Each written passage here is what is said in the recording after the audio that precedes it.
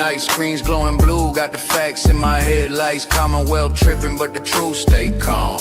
Morrissey and Lally, I'ma read them like Psalms.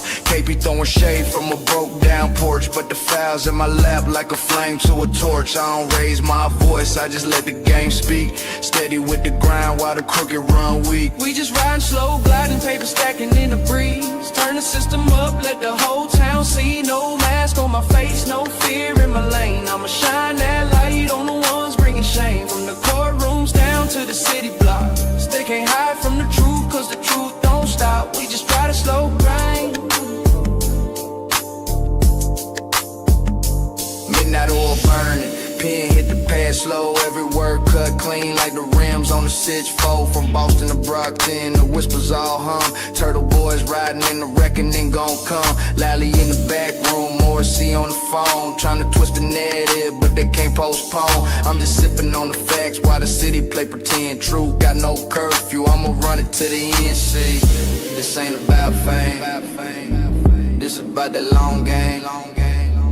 You can duck, you can weave, but the truth still call your name. We just riding slow, gliding, paper stacking in the breeze. Turn the system up, let the whole town see. No mask on my face, no fear in my lane. I'ma shine that light on the ones bringing shame. From the courtrooms down to the city blocks. They can't hide from the truth, cause the truth don't stop. We just riding slow, gliding. We just riding slow, gliding, paper stacking in the breeze. Turn the system up, let the whole town see. No mask on my face, no fear in my lane. I'ma shine that light on the ones bringing shame. From the courtrooms down to the city blocks. They can't hide from the truth, cause the truth don't stop. We just riding slow, gliding. We just call hold down to the city blocks. We just riding slow, gliding.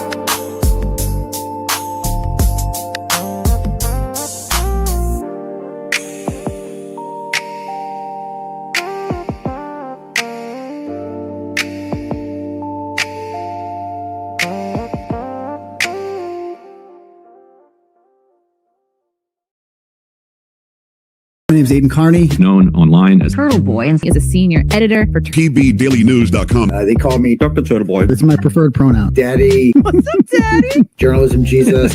Timothy Kearney. The one and only Turtleboy. Turtleboy. What's up, Slick? The doctor is here. This guy's a bad motherfucker. That's right, the intro. I've broken a lot of major stories. I've been doing it for about 11 years. I used to be a high school teacher. Turtleboy has changed a lot over the years. I was once a blogger, but now I'm much more accurately known as an award-winning journalist, a satirist, and an activist.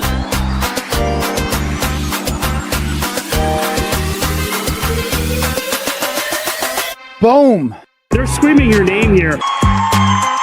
You're the crowd daddy.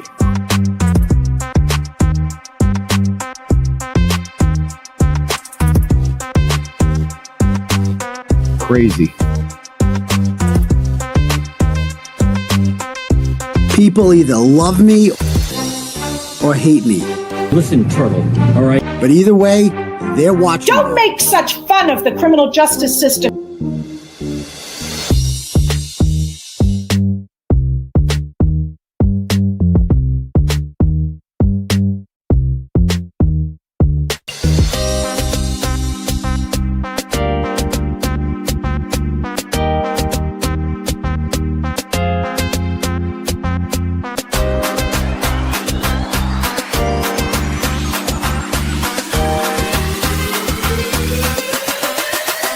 Stop it. I'm never gonna stop. This fight's just getting started.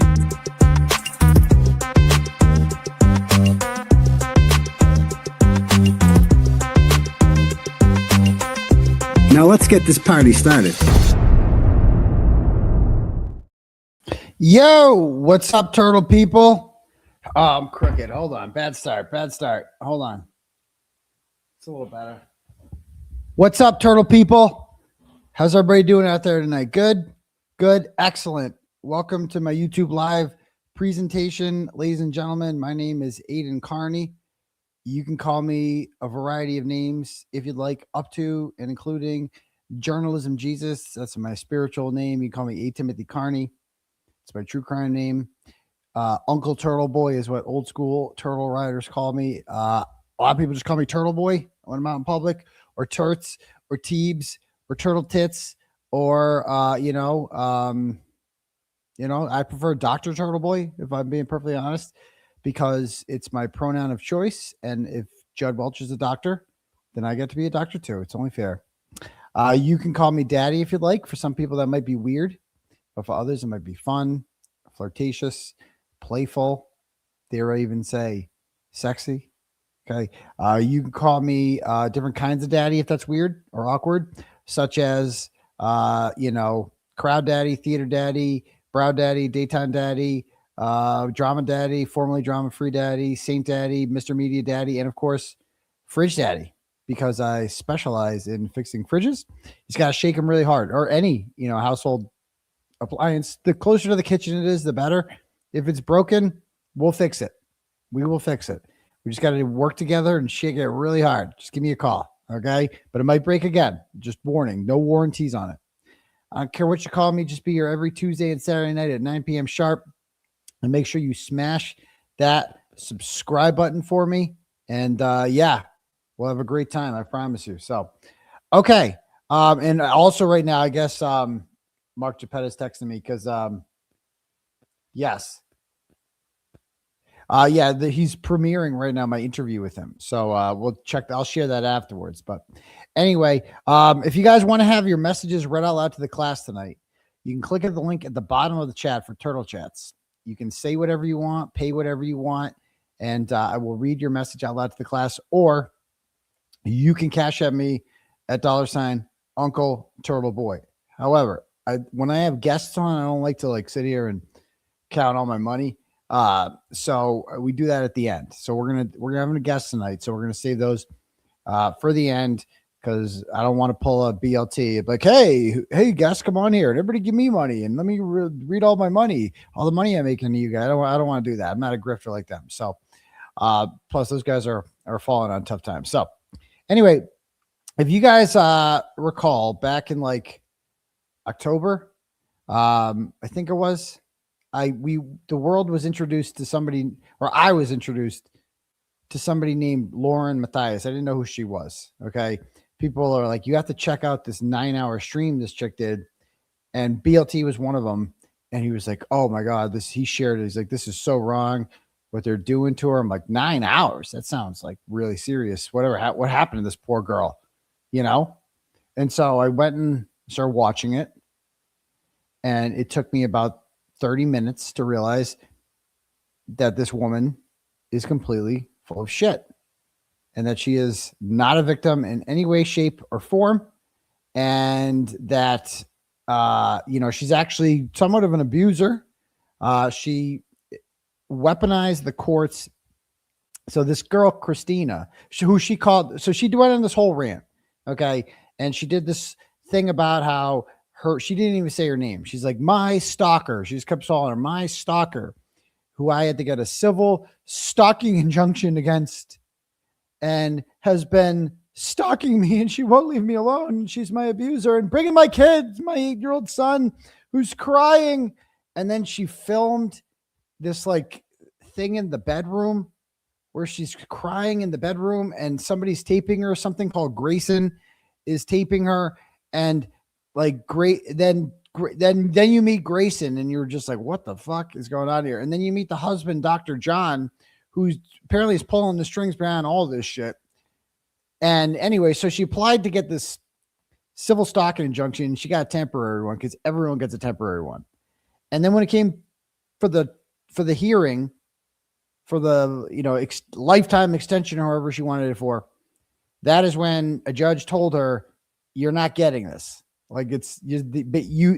You just don't like what she's saying. You're not scared of her. She's not stalking you. But unfortunately she used if you recall, she used the civil stalking injunction, the temporary one, to prevent Christina, who's like a true crime buff, who, travels to a lot of trials, gets real into this stuff, and had tickets to CrimeCon, which is very expensive, and wanted to go there. And when she got there, she was told she can't go there. because this other person was there. Lauren Matthias was there. And Lauren Matthias is not scared of her in the least, but Lauren Matthias is like using this whole thing to basically prevent her from going, just being a dick. Like that's all she's doing, just being a dick. So yeah. Anyway, Christina, I was talking to her back then, and she was very hesitant to want to come forward and speak publicly about this for legal reasons. I think she just didn't want to deal with, I don't want to speak for her, but it seemed like she didn't want to deal with Lauren. But or maybe there was still legal shit she had to worry about. Maybe she'll tell us about it tonight. I don't know. So she's going to come on here tonight, and her and I have been in touch here and there over the last X amount of months since this happened. It's been almost a year, believe it or not. And Lauren Matthias is back. I mean, it's that timing is interesting because she's in Massachusetts grifting off of the Lindsey Clancy trial. Her and Machado met. They were a match made in heaven. And she this is what she does. Like, she got close to the Vallow family, Lori Vallow's family. She gets close to victims' families. That's basically what she does. She does like what Joel Waldman does with the Markel family. Like, just gets close to them and is like, acts like, just sits with them in court. And like, you can't have like she's like a victim witness advocate or something, but like, you're just doing it for your own thing. Like, she's a failed reporter who just started her own YouTube channel. I don't know. So anyway, I'm going to bring on Christina now, and we're going to discuss this and much more. So hello, Christina. How are you? Oh, you're muted. You're muted. There we go. Much better. How's that? Okay. I'm still a rookie at all this. Woo! Welcome to my YouTube presentation. Thank you. I'm honored to be here. I appreciate this. So really quick before you start, is that okay if I correct you on a couple correct things? me I on don't need everything. to be that Correct person. me on everything. Yes. Okay. So she did our first like evidentiary hearing was on September 22nd. And unfortunately the judge didn't set enough time aside to have a whole hearing. So it was postponed, and it was supposed to be October 16th, but 2 days before it was postponed, she dropped it herself. So in the hearing though, originally he said something like, it sounds like the intention behind this is to quash her speech. And that's when he was like, I hope that's not the case. And then had to postpone it until October 16th. And then after that, she dropped it 2 days before. Yeah, she didn't show up, right? And we believe that she didn't show up because she knew. Well, she showed up to do like, I mean, she was with her attorney, I guess, when we did the meeting. They called it a quick emergency meeting on October 14th to schedule it because she asked for a delay. And I was like, dude, I asked for a delay right away because like before the 22nd, it was moved back to the 22nd because I already had a trip I was planned. And they originally said no. And so it's like, okay, no, we're not delaying this again because you said no to us to the original date. And then they were like, well, she drops it. Okay. And then, it was like, whoa. And then after that, the next day she went and did her 9-hour live. She did her 9. Yeah. October 15th. I have her right here. Can we just play a couple minutes of it just to like revisit the greatest hits here? This is back when she had the eyebrows. Does it have your eyebrows on it though? Or is it just I know we do need where'd the brows go, by the way? Because I kid you not, I've shown my children clips of you, like the ones of you defending me, being like, that's really cool. Look at this person defending me. My 6-year-old son literally was like, is he gonna put the eyebrows on? Like, he's stoked about this. He's like, are you friends? How do you know him? And I'm like, oh, he defended me. He defended the truth, really. I'm just on the right side of the truth. Well, thank you. Yeah. I was just so outraged. I started watching this and people were like, and I tuned in, and she starts off about like this whole, let's just play it. Let me play a couple minutes from the video. Pain. Okay. And the bullying and the abuse and the harassment and the defamation and the pain that I have been dealing with behind the scenes for months. I wanted to keep it private.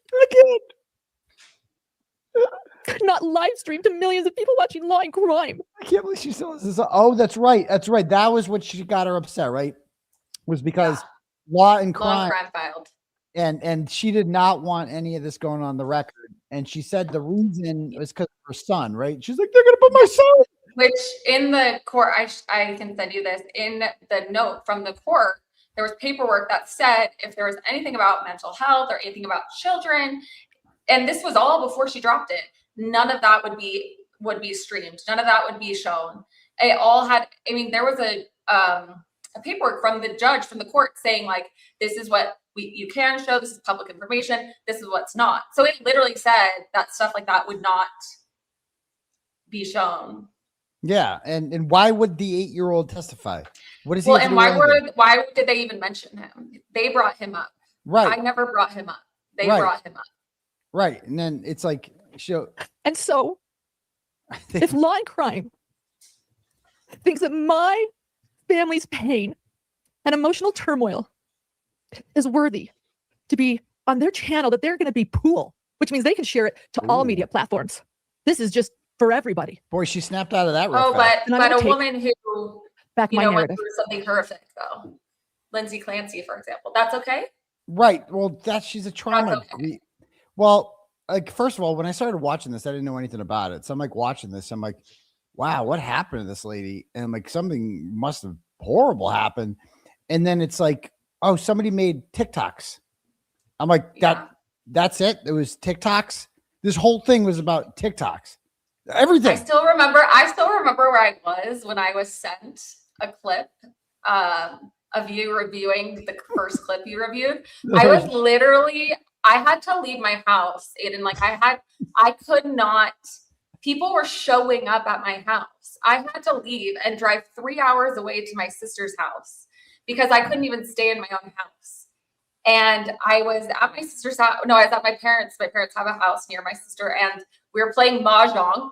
And I get a text from a friend and was like, "You have to see Turtleboy reviewed the specific part. You have to go watch it. You have to go watch it."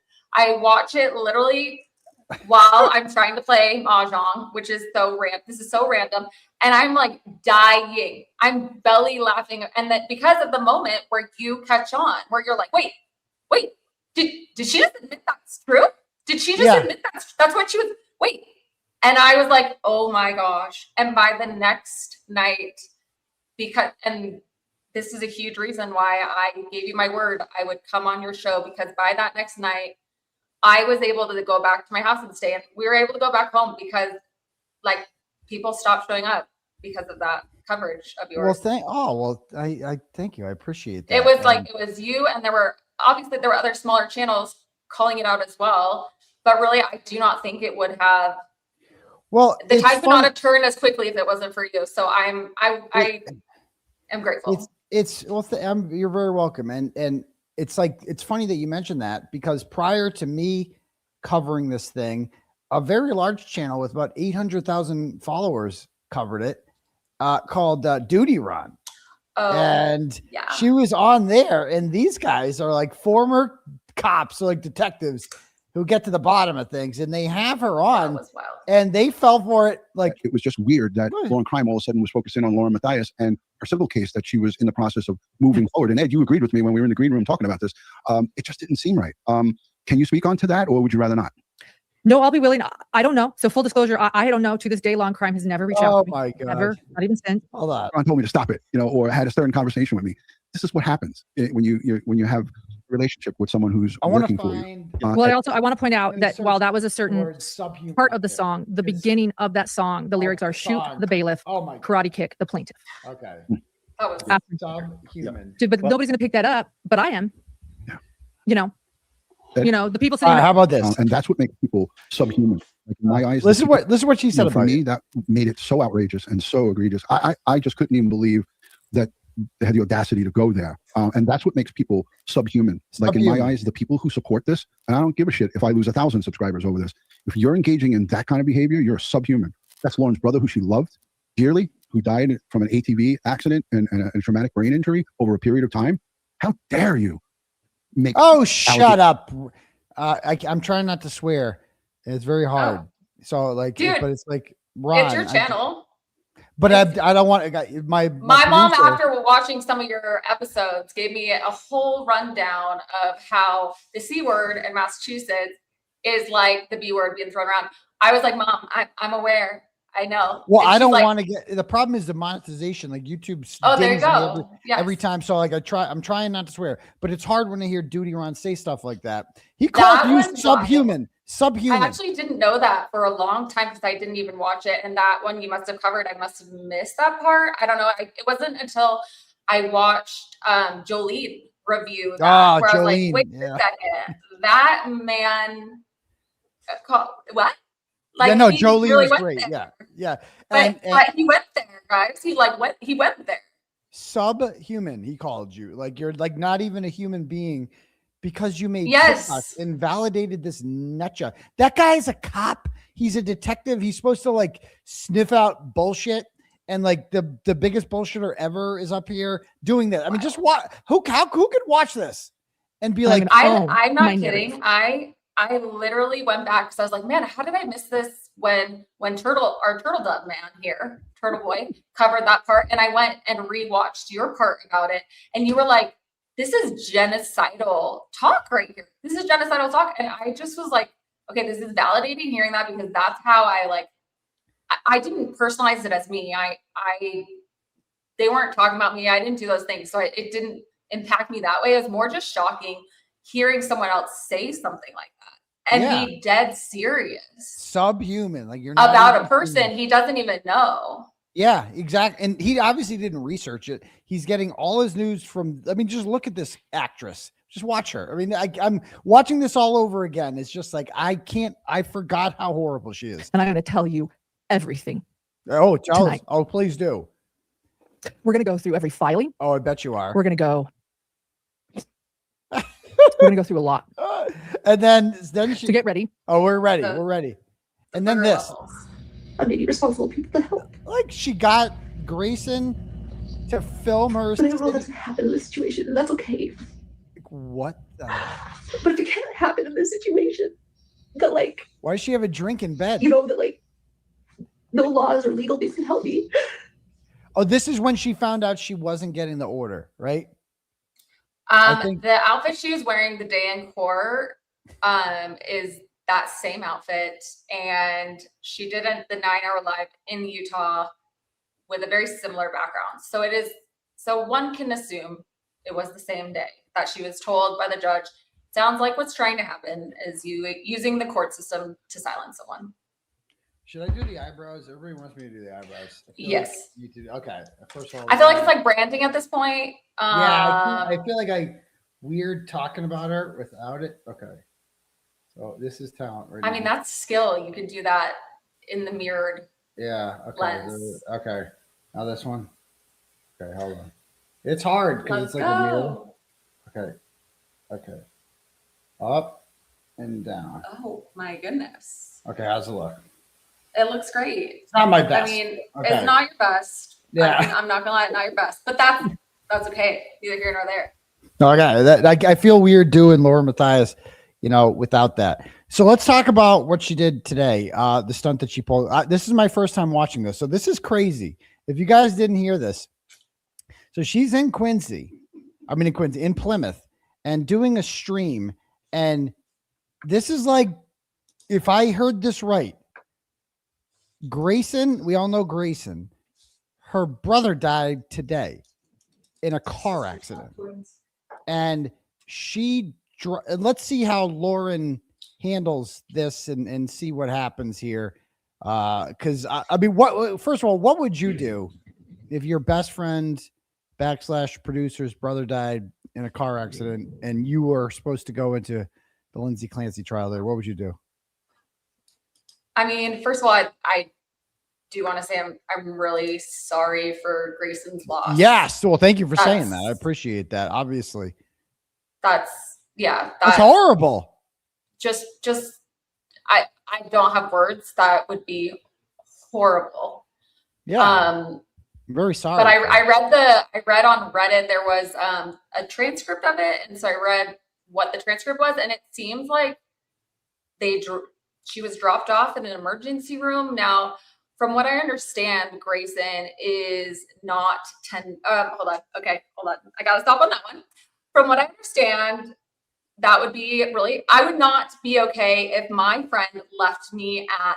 Well, wait, we don't want emergency to. room. No spoilers. No spoilers. Okay. I'm asking not what be you would okay. do. What would you do? I would if your best friend's- literally. Well, if it was my employee, I would immediately get them on a flight home to be with their family.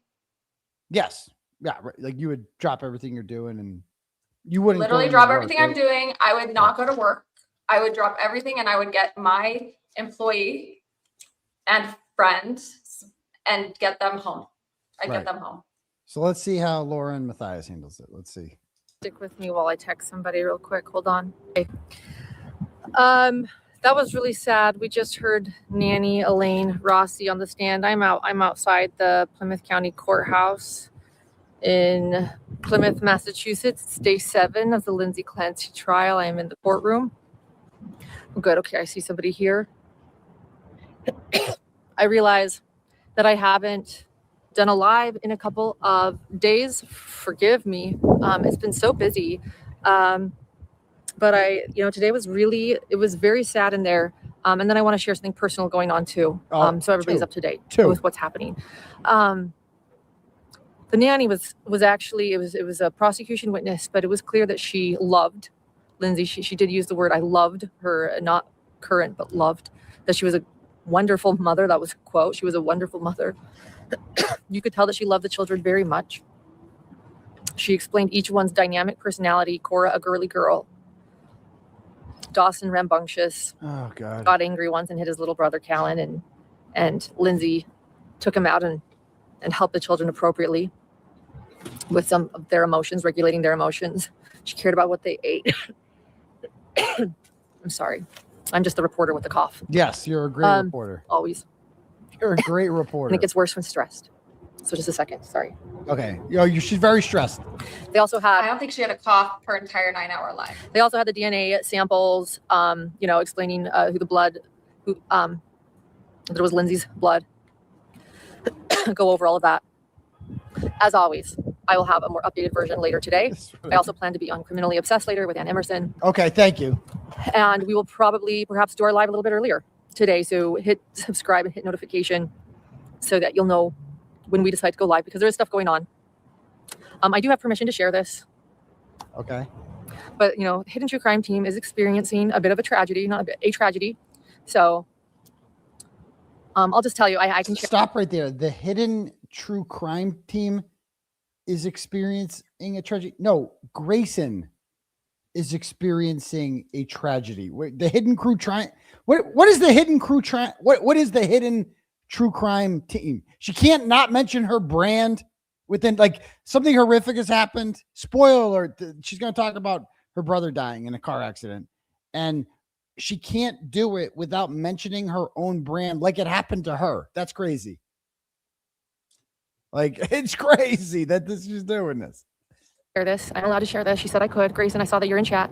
So she's in the chat. She goes, can hear you. Last night. So why is Grayson in the chat? What is happening? They're 2 years apart.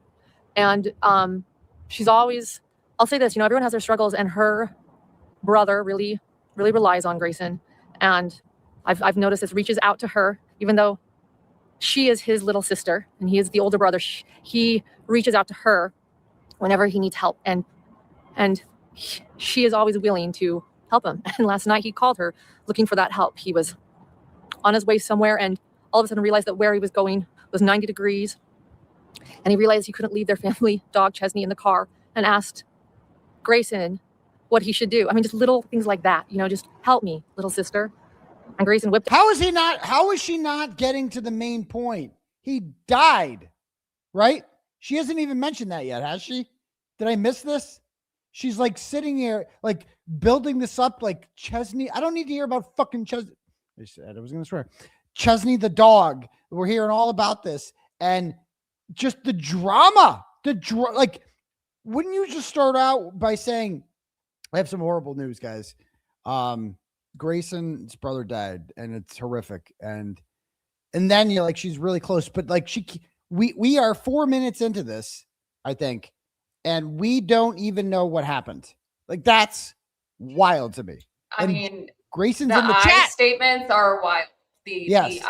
she's making it appears to me that it's all about her in this moment. Yeah. And nothing about Grayson. Right. I mean, the hidden true crime team has It's whatever that very on means. brand. It's very on brand. Got her credit card and bought a daycare for the family dog where he was going, and was taking care of it and taking care of him and taking care of their family dog and doing what she always does. And then we went to bed, and what was a dream at first, or I felt like it was an alarm, I realized was my phone ringing in the middle, My felt phone, like the middle of the night. me. It was just before 5, and I looked and it was her family member calling my phone, so I knew something was wrong. And I picked it up, and they said they needed to talk to my producer, Grayson, and I gave her the phone. Oh my God. And her brother, just shortly after they called. Producer Grayson. That's how she labels her. She doesn't say true. it to Grayson. And did she say she turned over? Wait, go back 10 seconds, please. Yeah, we gotta hear that, because all of a sudden the tears just came on real fast there, didn't they? Hold on. Correct. It was just before 5, and I looked and it was her family member calling my phone, so I knew something was wrong. And I picked it up, and they said they needed to talk to my producer, Grayson, and I gave her the phone. And her brother, just shortly after they called, was in a car accident with their dog, and they were both killed. Okay. That's subhuman language right there. To not just say, like, how did she even have? She says that Grayson consented to this. There's Grayson's no way. in, Like, Grayson's in the chat. That's Grayson's something. on the There's way no. to the hospital in the chat, which is even And more. why just not say I'm so sorry that Grayson's Grayson's brother passed away in a car accident. Why do this? Yeah, I mean, it's like incredibly alarming for me. but it's just the way she just snaps into crying, because this is like what she's supposed to do. But just it's to just be like my producer Grayson. Why not just Grayson? Grayson? Yeah, we all know Grayson. I mean, if you sub to her channel, you know Grayson. She's Grayson. She's like the lovable idiot that follows her around everywhere and is jolly and like literally just does all the crying for her and wants to be Lauren Matthias so bad. I wouldn't put lovable in that sense. No, I did not. Definitely not. Well, lovable to I Lauren, understand what you're saying. Yes, exactly. Like she's the yes man. She just does all. I mean, she's immature. She's young. She's like what, 24? And like I just remember watching her talk about all the things that have happened, and it's like Lauren has the mentality of somebody her age, like, but is a whole ass grown woman who is supposed to know better than this. And the two of them seem to believe that no one is allowed to make fun of them, like, or talk about them. Oh. And if you do, then you go to jail. You're just not allowed to do that. Mm-hmm. But this is crazy. I mean, let's keep going. That's what. All right, let's wait. And I think she said I turned over. I think she said that. One more time. And- one more time. So I knew something was wrong, and I picked it up, and they said they needed to talk to my producer, Grayson, and I gave her the phone, and her brother, just shortly after they called, was in a car accident with their dog, and they were both killed, and she is not doing okay. While I was with her, and I ended up taking her to the emergency room. Boy, she sure stopped crying there real fast, huh? She sure stopped. Yeah, I think you caught that in the 9-hour live. She does that often. Just immediately, and it's all somehow. Who called her in the middle of the night at 5 o'clock? The Someone in hospital. Grayson's family. I can only assume that or maybe Grayson's phone was on Do Not Disturb, or maybe they were checking to see if someone was with her. That's just speculation. I'm not. Because boy, this story sure became about Lauren real fast. Oh, it's very. It is. Yeah. It's about Lauren right now. Yeah. But And she was in a much better place, and we were working through this together, this tragedy together, and we decided together that we were going to keep working because that's what we do. That's what Hidden True Crime That's does. what we do. And by that I mean Lauren and Grayson. We cope with things through working. So we're working today, but we're also being gentle with everything. And if something changes. We're working today. What does that even mean? You're working today. You sit in the Lindsey Clancy trial and listen to some horrific story about children being slaughtered because it makes you money sitting there. Like, what do you need to be there for? As if the trial can't go on without Lauren Hidden True Crime reporting on it. Like, that's crazy. I have no words. I mean, how did you get hooked up with this chick again? I mean, you guys were friends or acquaintances? So, okay, it goes back to before. So Lori Vallow's trial, I wanted to go to that in Idaho. I've never been to a trial before this. It was close enough to where I live, where it was drive worthy. And it's just like, I didn't understand how a woman who shared the same religion as I did could do what she did. And especially Lori Vallow. Lori Vallow, yeah. Right. So I was curious. I'm like, do these people look like evil? Like what is that? I couldn't go to that trial because I was painting a mural at the time. And so when Chad's trial came around, I was like, oh, I'm really curious to go. So I signed up, did the lottery, got the tickets for opening statement. But before that, I looked up Lori Vallow's The Hearing every day just to listen to it when I would be painting this giant mural, giant mural. And so I'd listen to that, and I found whoever I went to YouTube, and whoever had a live stream pop up first, that's who I clicked on. And then through that, I came across Hidden True Crime by listening to an interview they did with somebody. I was like, oh, that's interesting. These guys have a podcast. I listened to like one episode, and on Spotify, if you have your rotation of podcasts, it'll then put maybe others you have listened to in the past to pop up. And I hear two specific episodes of Lauren and John where she says something about like, oh, we're a husband and wife duo, small business thing, right? And for me, my husband and I we've started small businesses, and that hits like a soft spot in me. And there was another one where she got teased about a mic, like not having a mic, and it was really windy. And I was like, oh my gosh, I should send this poor girl a mic. Like, she, pay it forward to all the people who were there for me and my husband when we were starting our small businesses. And I'm like, that's the least I can do. So I was verified, and I think it's on my art account at the time. So I knew with a blue check mark that your message might be seen more likely. So I messaged her and I was like, hey, I just listened to the episode you did about, your audio, and you were getting teased by it. I would love to send you a microphone, just no string. And I even say like, no strings attached. I just literally want to pay it forward to people who have helped me and my husband in our small businesses. Like, I just want to pay it forward. And she's like, oh, great, thanks. Little did I know I'd get, the Chad Daybell tickets to go to opening statements. And I was like, oh my gosh, I don't want to be like weird or anything. I'll just introduce myself and then move on. Like, never in a million years I didn't even really know what she looked like. I only saw like one YouTube with what she looked like, right? So you reached out to her and she invites you to this trial, and no, she didn't invite me at all. I was already going on my own. But so then when that happened, I was like, oh, I'll just make it less awkward and be like, hey, that was me. Have a good one. Thanks. Like, that's it. No strings attached. Well, did that. And then we got chatting in line, and then neither here nor there. But that's the same day. I also met Lindsey and Janice, and they're players in this as well. But right. Lindsey and I had that. Have you watched Step Brothers, where it's that moment where like, yeah, the movie. Oh yeah. Where it's like, did we just become best friends? Yeah, me and Paul O'Keefe had that moment. Literally, that was me and Lindsey. Okay, like it was like, you just like know that you're this is your person, right? Yeah. Yep. And then, I mean, there's speculation here and there. I find out later that when Lauren saw almost that moment happened, she's wanted to hire Lindsey for a long time. And who's Lindsey again?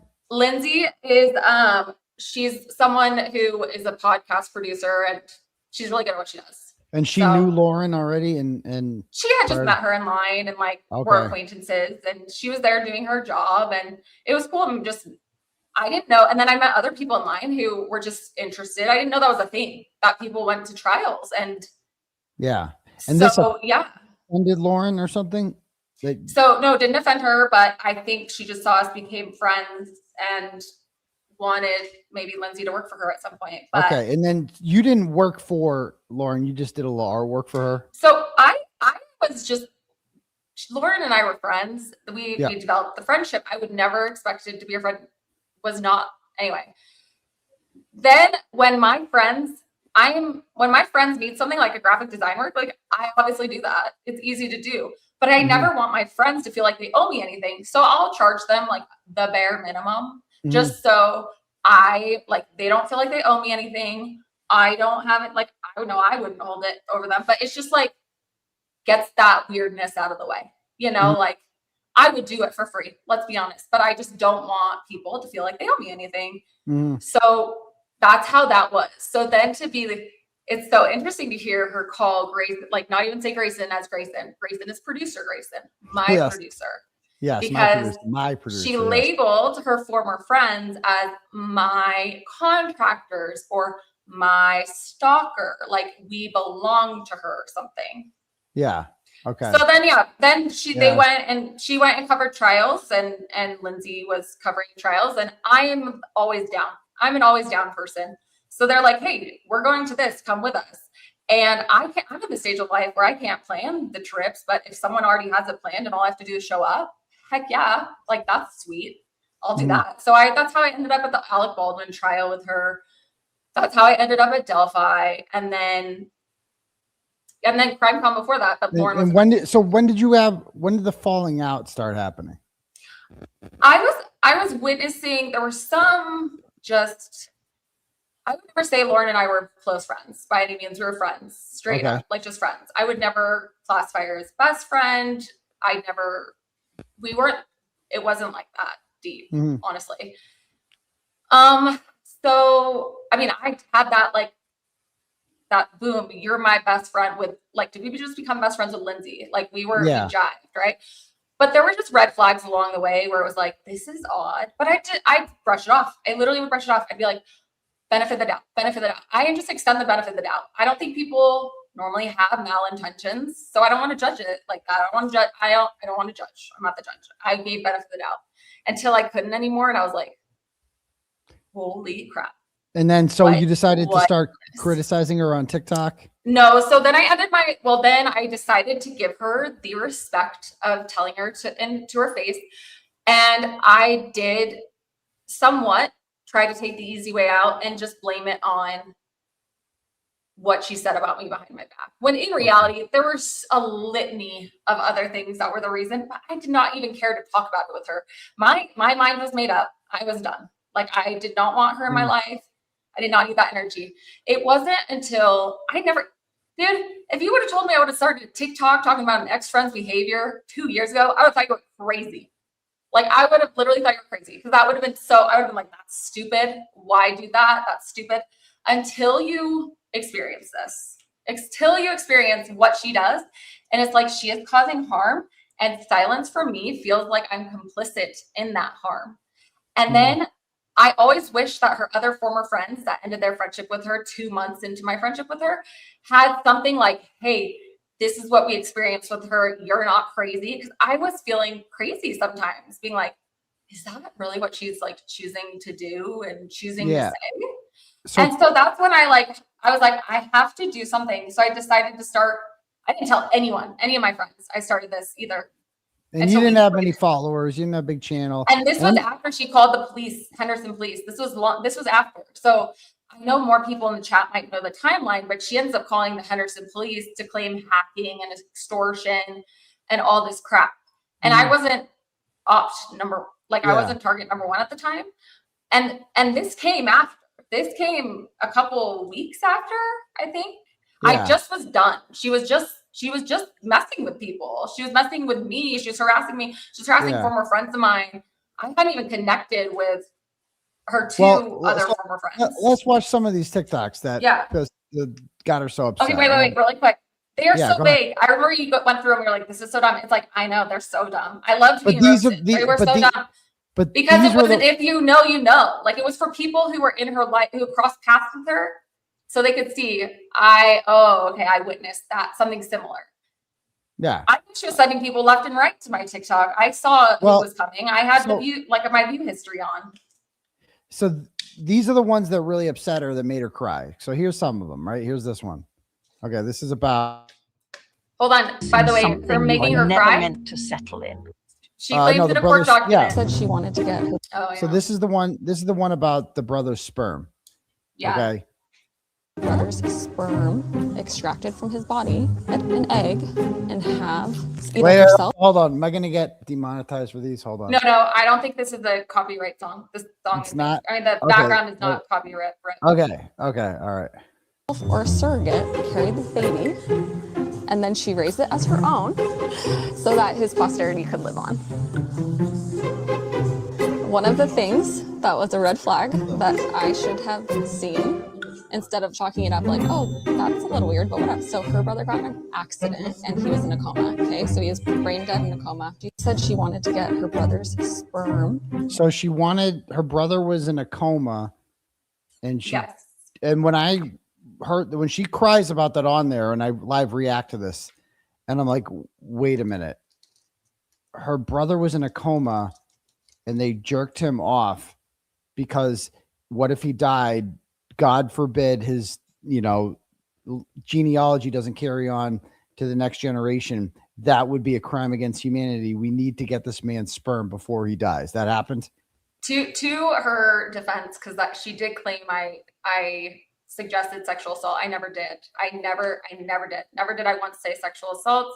I did not. I don't know how that would happen. I do ask the question in the caption, like how that would happen is beyond me.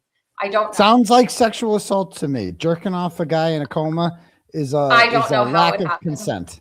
That's that's where they talk. She talked about that in the 9-hour live. And then she justified went into how detail. She did. That I found out about it on the live. I'm like, wait a minute, and she's explaining to him like, wait a minute, you jerked off your brother in a coma? What? Yeah, who wouldn't make fun? Like that's crazy. And so all and I understand why people were like, oh, that's so mean of Christina to share. I understand why people would feel that way. At the same time, she handed that story out like candy. There was even a one time she said it very vocally in a line at one of the trials. And there was someone in line who volunteered to be the surrogate. Yeah. Okay. And then this is like somebody volunteered to be the surrogate at a trial? Yes. What? The person who's caught on a hot mic with her later volunteered while in a trial line, while hearing the story in front of a giant group, to be the surrogate. All right. Let's go back to her thing now, because I want to just rewatch hers and get some live commentary reaction to it that didn't have the first time around when you were on. So let's no, we didn't finish watching this. First, we got to finish watching this. Things will change. We'll let you know. We're not going to work because we feel like we have to. Don't Back worry. to work. We're taking things hour by hour, and whatever needs to happen needs to happen.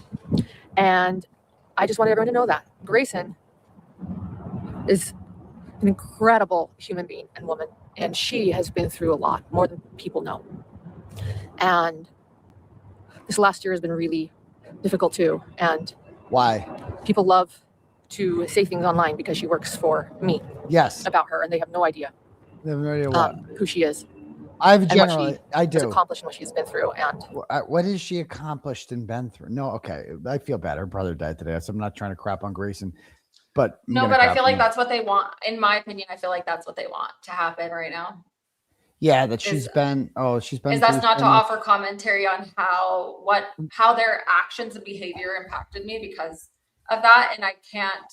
What is Grayson? I'm sorry that her brother passed away. I really am, Yeah. but. This interview with you has been planned. We've tried our schedules didn't overlap for a solid 2 months. We tried. I was in Massachusetts and our schedules didn't even align. Yes. So it's not like we did this because we did this because we've been trying to align our schedules for months at this point. Yes, correct. So I'm not going to let that impact talking about what they did. Right. her strength. So I have a request for everyone. I think we all know a little bit about what happened to a well-known influencer last night too, Perez Hilton. That affected me. I learned about that before I went to bed. Oh God. And I just am thinking about this world and the pain that people are in. And despite, I just hope that everyone can consider the importance of kindness in this world. So Grayson dropped me off at the courthouse today. Real rich. I think she's out. I see the car. I'm going to go head with her. For 9 hours.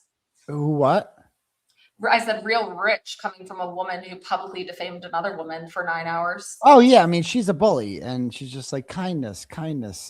But in her mind, she's kind. But she's not kind at all. She's actually the definition of like a mean girl and a bully. She uses her position to bully you. Like your page was filled with negative comments, like people shitting on you, and like this is the same thing she was complaining about. Was like, oh my God, one person is saying mean things about me online. I'm the biggest victim who's ever lived. And I had 100 followers before the 9 hour live, like 100, 150, no more than before. Yes. And she sent a mob. She sent a mob. And by manipulating them with tears and fake tears and this and that. And here she is. A real tragedy has happened, right? A real tragedy. Grayson's brother is dead. They just found out about it. And she's like, no, I can't. We don't take no days off at Hidden True Crime. We have to be in the courtroom reporting on it because it's not like it's being live streamed everywhere or anything like that. Who will be there to try to, what is she there to do? To just grift off of the victim's family, to get close to them and ask if they're fans of hers? Didn't she make some comment that the Clancy parents said they heard of her, or was that Machado? I forget. I'm getting my grifters confused. I have no idea. Then it's Machado. Then I apologize. I don't even listen to her, so it could have been her too. I don't. I know one of them. I think it's Machado. The chat will probably correct me, but they're basically two peas in a pod. These two, and they were destined to meet. And I think they care about this about as much as it's just all for clicks and views. And this horrible tragedy has happened, and her slave / producer Grayson is just, the worst thing in the world has just happened to her. And she's just like, nope, no days off. We got to keep working because God knows the trial cannot continue without me sitting there for some reason. And I'm glad it was a short day. We want to do an update. Let me be very clear. We're not going to do something we don't want to do. Working is something that we both find helpful during difficult times. Oh, right. So, but if things change, we'll let you know. How much time did she take off when you made TikToks about her? Didn't she just stop working? Oh, we had to go. I had no idea until my lawyer went through to get the number every day. It was there was some multiple times a day. It did not impact. Yeah, but I'm saying she took time off for you. Like she didn't. But for this, no work. We're workhorses here. We have to continue. We have to do this. I don't see. She didn't though when her brother was dying. She said that in her 9 hour live. She didn't when her brother and her mother, who's supposedly been dying for 3 years. She doesn't spend time to be with them. And I think in the 9 hour live, she weaponizes that. Oh, anyway, it's all coming back to me. Remember, she compared herself to Charles Val. Remember that she did that. I forgot. Oh, it's all coming back to me now. It's been so long. I should have revisited some of this shit. And please consider the importance of kindness in this. Oh my God. Oh my God. Anyway. Oh, for fuck's sake. Lindsey was in the courtroom crying. And that was really hard to see. My heart is, I'm feeling a lot today, and seeing Lindsey cry while they showed a video of her little Talon taking a bottle for the nanny really did break my heart. Hearing the nanny, Elaine, say that she was a wonderful mother and that she confided in her about having postpartum depression, it really broke my heart. There's just a lot of pain in this world, so I'm thinking of everybody out there. Anyway, I will go.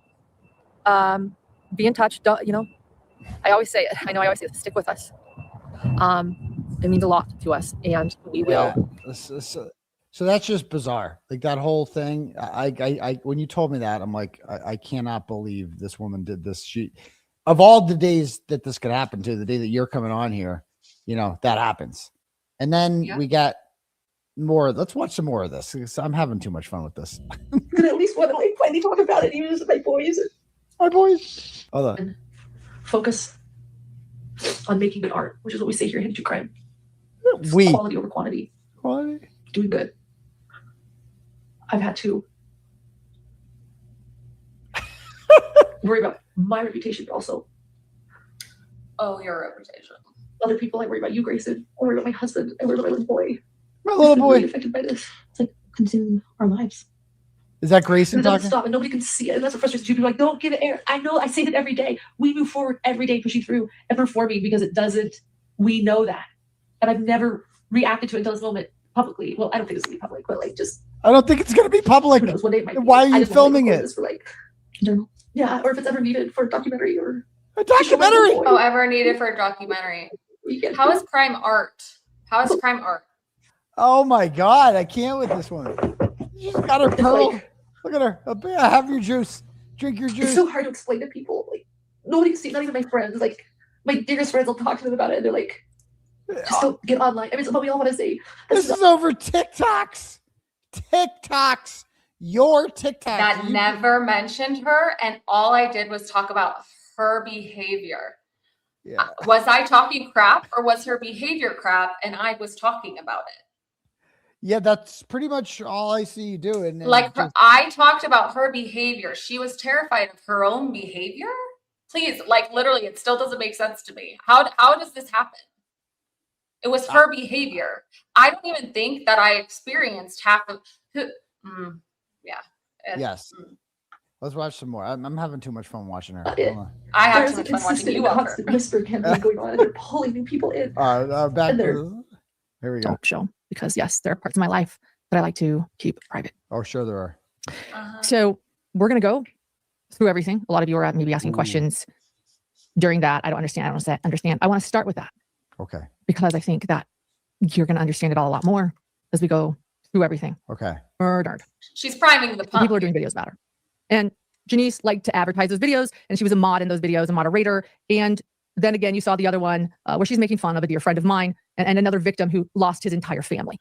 Okay, so that's good. So those are just a couple examples of why I didn't care for her. And remind me who Janice is. Just Janice is a friend of mine. I mean, I met her the same day I met Lauren. I don't agree. I don't agree with that. What that is, but how is that attached to me? Why is that attached to me? It has nothing to do with me. How's that? Yeah. Please, Yeah. Okay. So she's just mentioned them because they're your pals. So she's trying to tie you in with them. Okay. Yeah. All right. Yeah. Whatever. Everyone has their own opinions. She might be a really wonderful person, and I believe that Janice is a complex person, and that she's very. I don't want anyone to go and bully her if you know who she is. She's probably a very wonderful person. Okay. But she wasn't my cup of tea. Okay. Okay. Let's leave her alone. But that's my history with her. All right. So I continue to notice these types of posts. Yeah. Okay. Yeah. All right. She accuses me of several things. She worked for me, but we were also very close friends. This is about you. And after this phone call, Hold on, I don't know. Is this okay? Let me rewind. Hold on. That evening, the contract worker. This is you. Calls me and unexpectedly and angrily quits on me.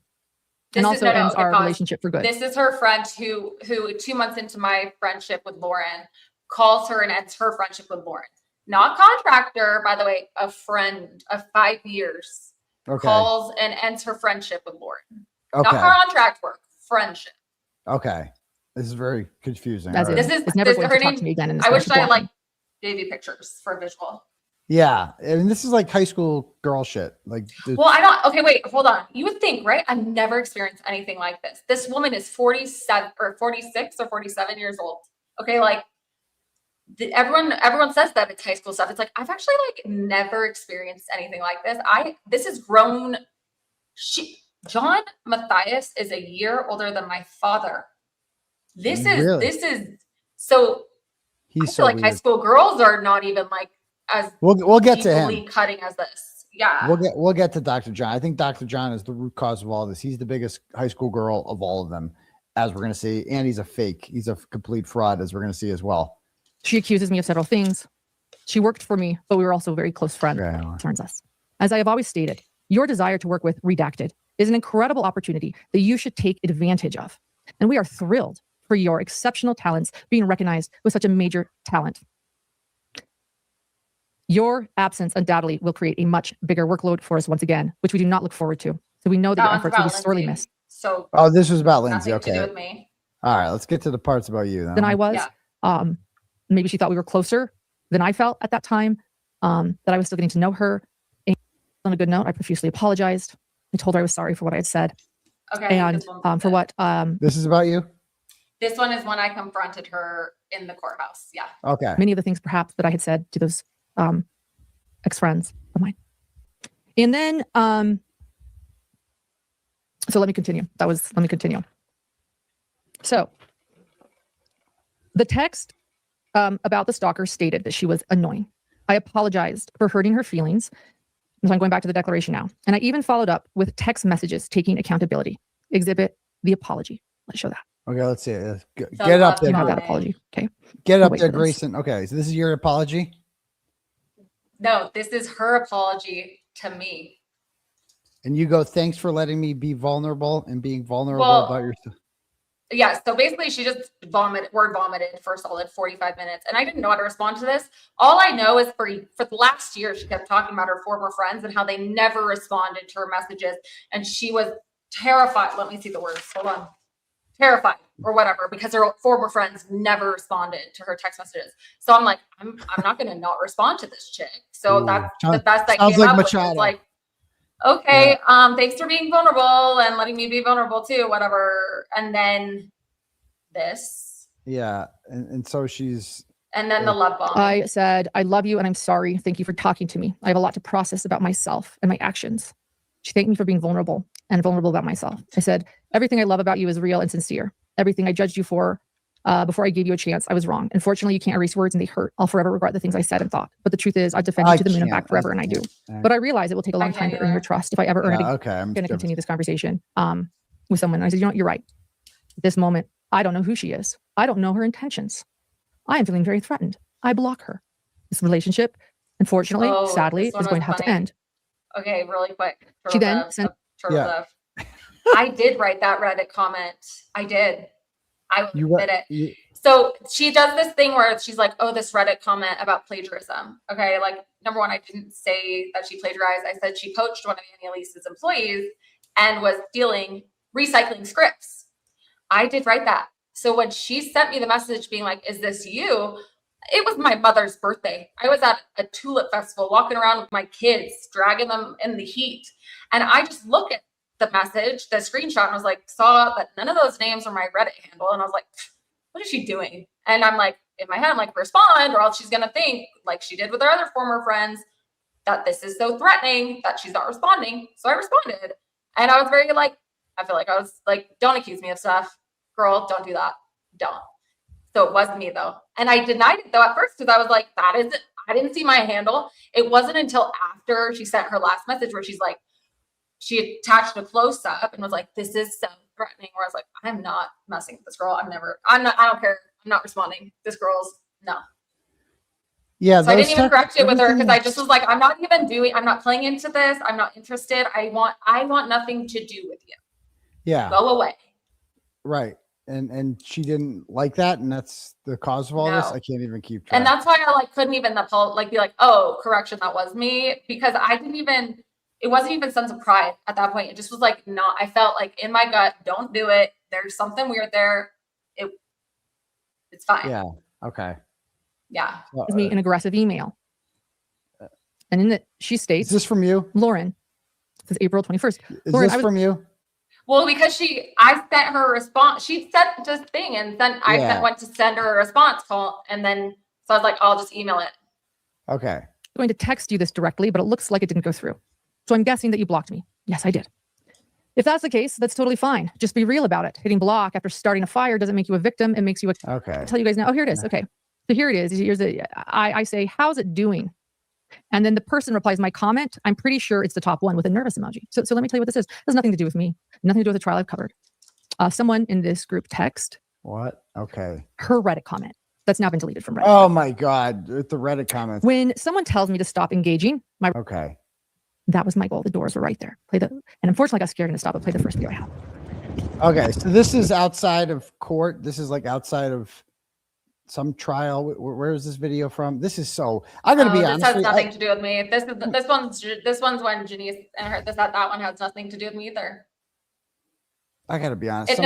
It's wild. Some of this shit is just so boring, and it's just it's just like. I've never watched it all. That's what I mean. I started watching this, and I'm just like, when do we get to the part where she does something that makes you cry? Where's the bad part? Are you recording me? Please do. And please. So that was the first one. Unfortunately, my nervousness, it ended. I want you to know too that Janice later wrote a declaration, and in her declaration to the court, she actually stated that I approached her. Okay, all right. It's just like I was in the Bahamas. I mean, no, I wasn't, but I wasn't even there. Yeah, you may be right. Why? Do you have that? I want to get to the part where she plays her TikToks. Okay, here we go. So we're 2 hours into this 9-hour stream here. Thank you, everyone, for being. I'm both grateful and stressed that there are over 9,000 people in chat. Okay, yeah. Thank you for being here. Yes, I'm grateful for that. There's 9,000 people in the chat.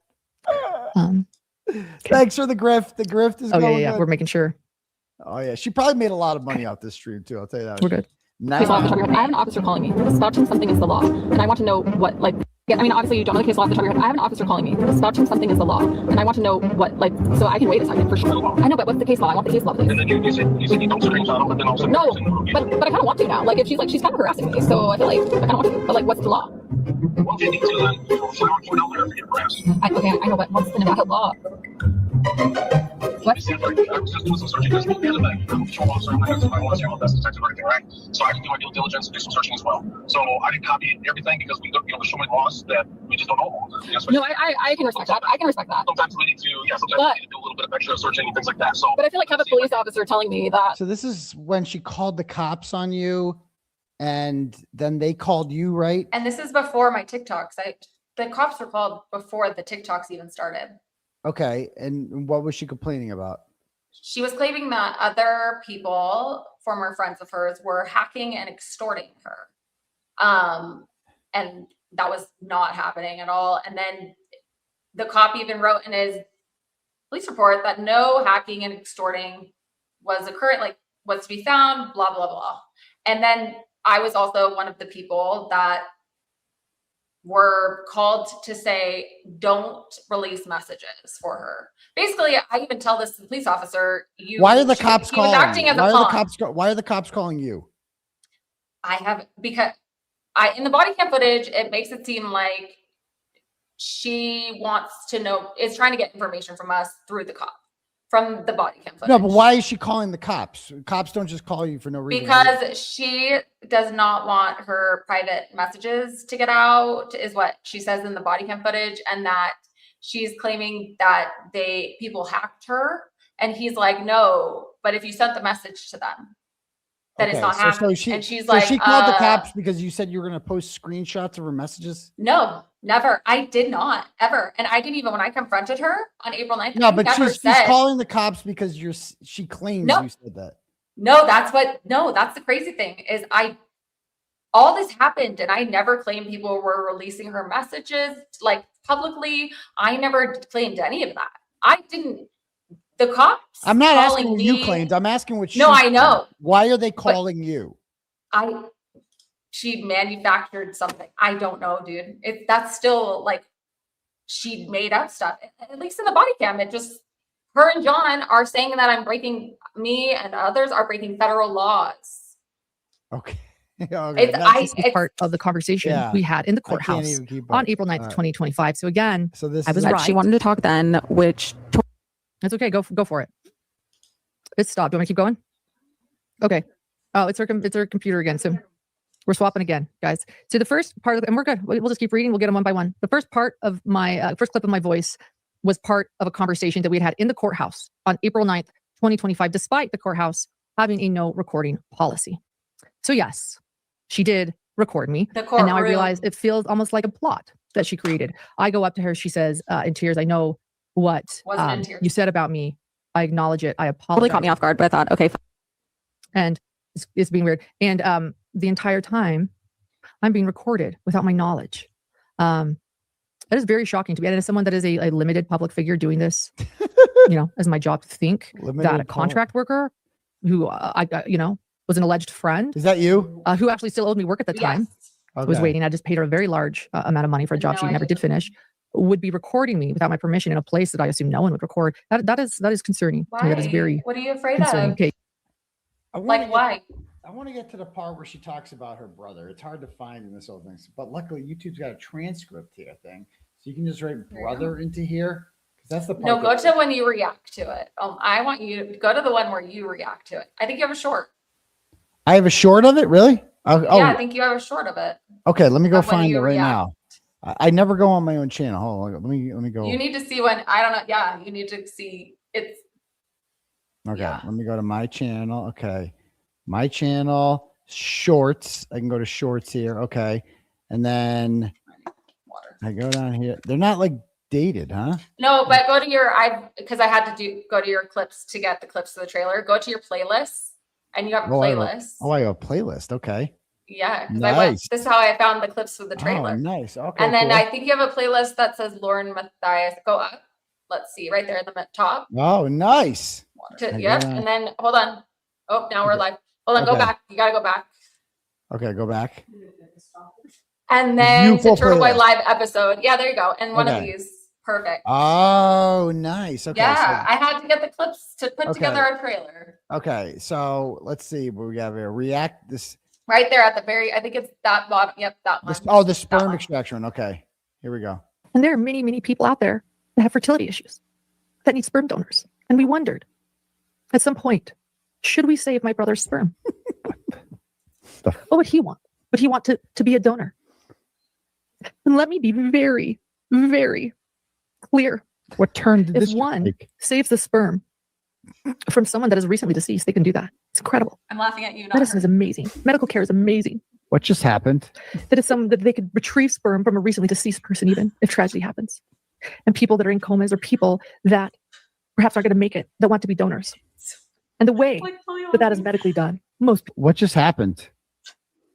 What just happened? How did this evolve into we're gonna steal my dead brother's sperm so he can pass on his seed? Did that really just happen? Yes, it did. What just happened? What is going on right now? Oh, Turtle Dove. Wait, dang it. It ended right before you were like, people out there. Hold on. It ends right before she keeps going. Oh my gosh. I think, yes. But this. Yeah. I need that first reaction because then she keeps going. You're like, wait, she just admits that's what she wants to do. And I'm like, he's seeing it. He's seeing it, you guys. He's seeing it. This is me watching it for the first time, right? Like, was it? Okay, maybe it was. Look at your transcript too. The story of Fartbox. Okay, reaction to Lauren true crime.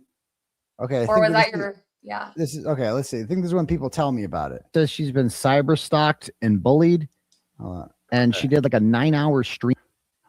Out to the class. You can click at the link at the top, or you can cash at me at $, Uncle Turtleboy. Oh, get that grift up, Doctor. Cool. Oh, you're so cool. What are we going to talk about tonight? Because there's not much going on. Oh, good job scheduling Turtle. What they're talking about, and Melanie does a lot of stuff covering the court stuff. And she had on the other night. She covered the new motion. Yeah, I think it's a new motion. At least she does something. Or what? Turtle Dove.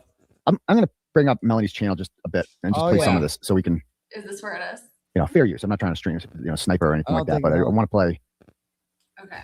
Oh, and this some true crime broad says that she's been Lauren Matthias. She says she's been cyber stalked and bullied. So first of all, I didn't notice till now that this is typical me.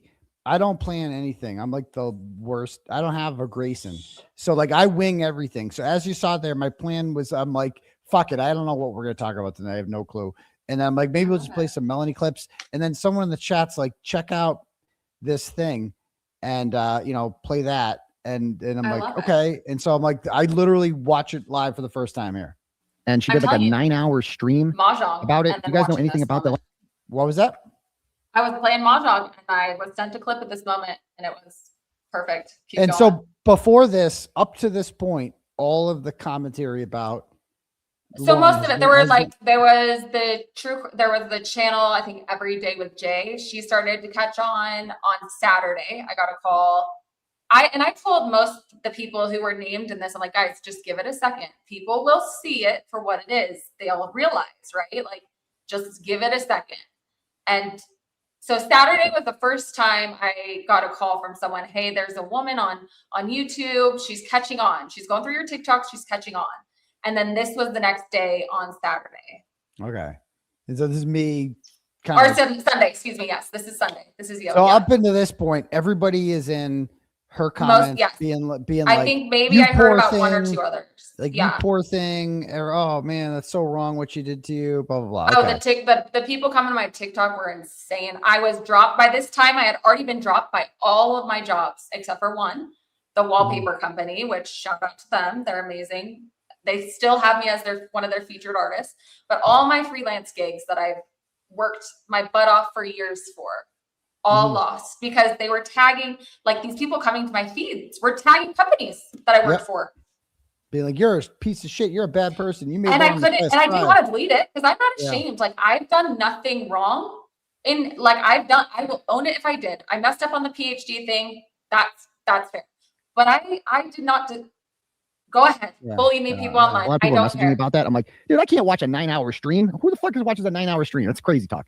Crazy. You guys know what I'm talking about? I don't know. You watch that stream. Who has time for that? Lauren, Hidden True Crime. That's Will knows all about it. I gotta get with Will about that. Some people are saying she's a loon. She's full of shit.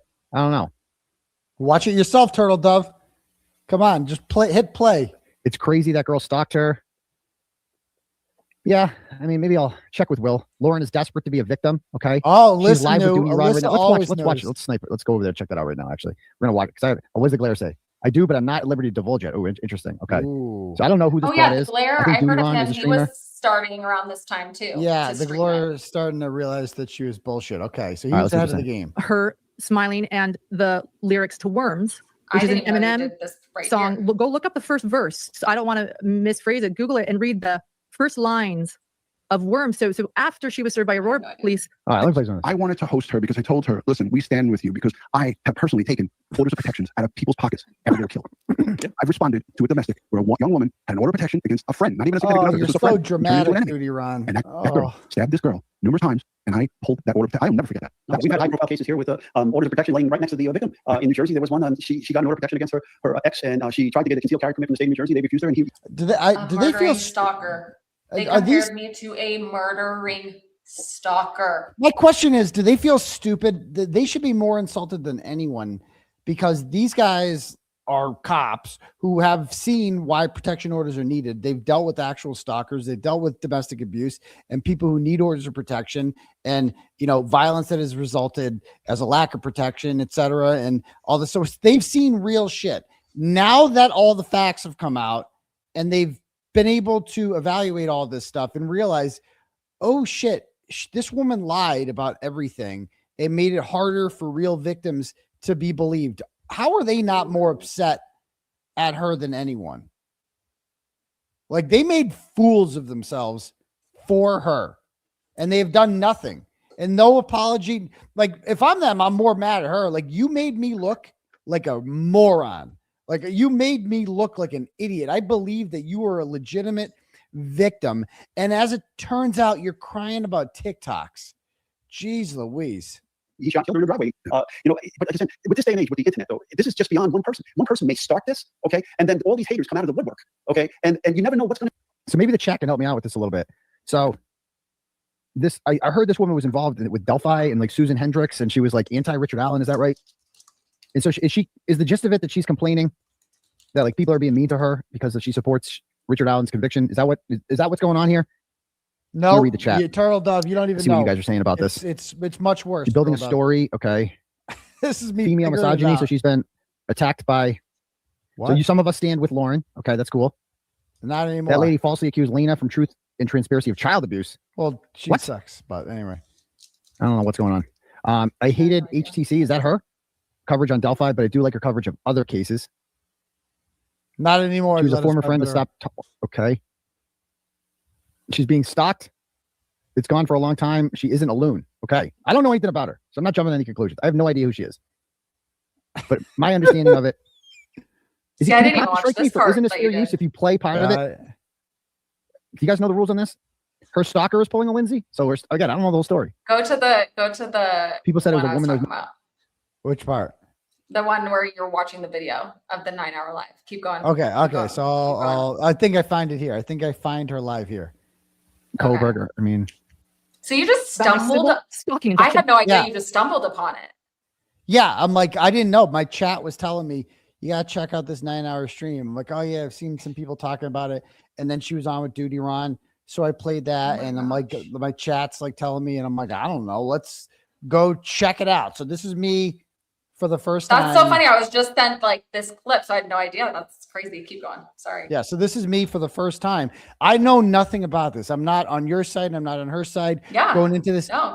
All I know is I still don't think you're on my side. We're just on. This is where truth is. Like, well, yeah, the whole internet's that's telling what it me. is. The whole internet's telling me that that she's a victim, right? And that's what everybody's saying, that she's a victim, and you got to watch this. What's happening?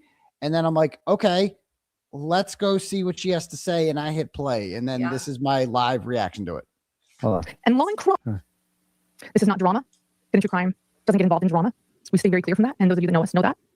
So I hope nobody calls this drama ever again. In fact, it's so real life what has been going on with my family and with me for months that I decided to go to where I felt would protect me. And that was the courts and legal. And I filed a civil stalking injunction because what was happening to me and my family met Utah's civil stalking injunction code. The stalker was in Utah. The stalker. And it was very clear to me that that was the step that I should take. And I was granted a temporary civil stalking injunction after I filed my evidence and my exhibits for the judge. Okay. So far, I don't know anything about this, but what I do know is this. Anyone can get a temporary order. Good point, Turtle Dove. On Wednesday Good point, in Turtle Atlantic Dove. City with Paul O'Keefe's ex. Oh boy, Turtle Dove. You don't got a temporary order. Oh, now I have she's to go gonna be do dead in worse, court Turtle on Dove. Wednesday. You Who else? Obviously, the t-shirt lady. I mean, Krusty Panties has got one on me. Her stupid kid got one on me, and then I always end up beating it. So far, not like that doesn't do it for me. When like this could again, disclaimer, this could be legit. You know, this could be legit. Anyone can get one. Wait, was it Just tonic? go in No, there was and it cry. tonic? Okay, no. This could be legit for all I know. Could be. I'm not taking anything away from It's the not. story. It's but not. That alone, getting a temporary order, that doesn't do it for me. Good, right? That's smart not enough man. evidence that something horrible has happened. And saying like the things that she's saying right now, oh, this person's cyber stalking me. Like again, it could be legit, but these are things that people say about me, and it's See, often bullshit. I smell. Like, it's always bullshit. I with smell me. bullshit. So with her, maybe it's right real. away. Right But away. with me, all I'm hearing so far in the whole thing about like me and my family, that's what they always say. Oh, you're coming after my kids. So I'm not putting any semen or ducks in your kids. I'm not doing that. You know. So again, could be real. I'm not saying it's not, but so far, need more evidence. Let's see. See, good That was instincts. served, right? and my stalker was served a temporary civil stalking injunction. Thank God. Okay, I believe you. And the next step to that, She showed receipts. after filing a civil stalking injunction, is to hope to make it permanent. Okay. And that was going to be on Thursday. And then do you know what happened? Somehow, someone decided to let Law and Crime know about my civil stalking injunction. Oh no. And Law and Crime no. decided Law that they and deserve Crime. to have cameras in the courtroom. Look at the Turtle Dove. Oh, look at him. Well, I am So explaining He's what my like, family I could tell has been going something's up through here. for I'm like, months. this is bizarre. The law. Okay, so stop right there. I don't know anything about this woman. Oh, the histrionics are a bit much. Okay. Oh, there The you fucking go, public Turtle courtroom. Dove. Long Crime wants to put a Little fucking did you know pin in how there, poetic. whatever. So I've been watching 2 minutes of this. I don't know the whole story. I figured it All I out. see is a woman so far having the same general talking points that my complainers like to say, and is now complaining about a news agency You got it, putting a Turtle Dove. camera in a public courtroom because apparently her situation does not deserve to be covered. I'm sorry. We're all public figures here. Okay. There's cameras in all of my fucking shit. So like in the crying, a bit much. I don't know the whole story. Maybe she's traumatized. Maybe what? Thus far, a bit much. Okay. I'm just saying. That's my thoughts. I figured her I don't out. know Right this low. away. That's True fair. crime. They thought that my family's pain should be live streamed on their trial channel. So what? I'm a My family's pain should be live streamed on their trials channel. And You let's do say fucking that- true crime, doesn't she? And wouldn't you want the world to know, like, to protect you from this person? Like, Yeah, I mean, exactly. Why would you not want this? It's a like public this. courtroom. Oh, this person's so scary. I need her away from me. Like, why wouldn't you want everyone to know what that person is Good doing? point. It's a good point. It's like, and obviously I had nothing to fear because I wasn't doing anything she accused me of doing. Yeah, and keep in mind, I don't know shit about this. I am I love it. We're You did 5 great. minutes into this. My entire opinion is based off of her behavior, which I find suspicious immediately. Because I'm like, what's with the crying and like, wait a minute, she doesn't want a camera, and like something doesn't smell right about this right away. And I'm on to You this. saw through the emotional appeal. It was like I've dealt with people like her before. Right. And I know bullshit was, but I'm still going to give her a chance. Maybe I'm just started. So her industry revolves around people getting murdered, and people like her and me and other true crime whatevers streaming it and talking about it off of the most horrible experience of these people's lives. Okay. So I'm sorry if this woman went through some shit, but you literally, if you do true crime, you literally gossip and discuss other people's trauma for content on a daily fucking basis. Okay. That is the most ironic thing I've ever heard. What she's doing We're off to now a rough start. with Keep going. Lindsey I'm a Clancy. public figure. I'm just a mom who has a YouTube channel. And yes, I become a limited public figure. I'm not Johnny Depp. I'm not Amber Heard. I'm not Gwyneth Paltrow. I'm a mother. I mean, that's a good point Turtle Dove brings up there, is that like you are literally out going into a courtroom right now, making money off of the murders of 3 children. And then you're going on there today and like your Grayson's brother died. And you're like, no, I have to be in the courtroom so that I can tell you guys about a horrific story about an 8-month-old being murdered by his mother. I have to, because without me, how will the story get told? How will the story get told? Like, that's wild. And she's sitting here being like, oh my God, I don't want the world to know, to have my kids brought into this. You literally make money off of courtroom dramas that involve children. What are you doing? She only shows up to kid shit, huh? Delphi is kid shit. This is kid shit. Lori Vallow is kid shit. Does she only cover kid murders? Does she do grown-up murders? Those are the only 3 cases. She skipped out on Karen Reed. That was kind of a big case. And I didn't though. But she did. Like, she's supposedly some true crime diehard who's like, it's hidden true crime. This is what you're doing. And you're missing out on all of the adult murders, and you're only covering kid murders. I could only name 3. Richard Allen, so Delphi, Lindsey Clancy now, and Lori Vallow. Those are only 3 cases I know that she's covered. All of those involved murdered kids. And those are the cases, coincidentally, that she's interested in. I'm learning more about her as we do this. I can add Alec Baldwin because I went to that one with her. So that's okay. Another. There you go. Okay. Not kidding. No kidding. Okay. There you go. But oh my God. Okay. What? Nothing. Keep going. Okay. I'm a journalist. Okay. Dude, I'm not impressed by tears. Tell me the fucking facts. If you have to sit there and fucking cry Turtle in front of Dove. the goddamn camera, Not dude, very I'm sorry. sensitive. She needs to come correct. She needs to come stronger in this. This ain't it. Don't tell me about my boy. Okay, I'm sorry. Grow a heart, Again, Turtle. these are the same platitudes that Jennifer McCabe uses. Okay, when she's backed into a corner, it's like, oh my God, my children. They will Be nice that to Lindsay Jen Gattani McCabe. uses every fucking time. we My like her children, now. my We little like boy. her now. I don't know the whole story. I have a hard time believing that somebody's attacking a fucking little child out there. If that's happening, I condemn it. But I want to see more. Okay. No, there's nothing to see. Who has never, see more ever butts. in my life heard of anyone streaming a civil stalking injunction. Ever. That is not something you do. And why? Because it's someone that is being abused, that is attempting to how about escape that? something dangerous. I never wanted to do this live. But because of what Law and Crime did, Oh my God, Jesus I had to Christ. dismiss my civil stalking injunction. Oh my God. Okay, you know what? I already fucking hate her. We're about 3 minutes into You're this. heartless, I already Turtle. fucking can't stand this woman. Give I her don't a know the whole chance. story. Give her a If she's chance. actually a victim, I'm sorry. Whatever. Okay. I'm fucking sorry. It's a fucking open courtroom. You have and no literally heart. work in true crime. You're You heartless. profit off of other people's misery every single day. Your entire industry is dependent on people getting murdered in order Wow. for you to have fucking content. Okay. So like Shame we're on off to you. a rough fucking start. Sorry. Shame on you, Turtle. She's crying. Because I am never, ever going to let my child's mental health be live streamed for entertainment. And I find it disgusting that anyone would want to do that to me or my family. A So she's like, what did she say there about my child? civil ever going to let my child's mental health be live streamed for entertainment. She's never going to let her child's mental health get live streamed or covered for other people's entertainment. Okay, I don't know what I'm going to say here, but she is literally sitting in a courtroom right now watching the exploitation of 3 murder, sitting there covering the murders of 3 children as it's gone over in graphic detail everybody's watching it coast to coast, and she's sitting there in the courtroom being like, I'm skipping out, like not just dropping Grayson off at the hospital. See ya, bitch. I gotta go. Good luck with your brother. Let me know how the funeral goes. I gotta get back to court, and mama's got to make that money with Jessica Machado. I gotta get them views up, girl. We gotta get that monetization going. And oh my, I can't believe this one. Who were the victims in Delphi? Oh, right. Children, right? Two children were the victims of Delphi. Okay. So their murder, the deaths of two children was entertainment for her, was it not? It was something to talk about. It was how she made a living.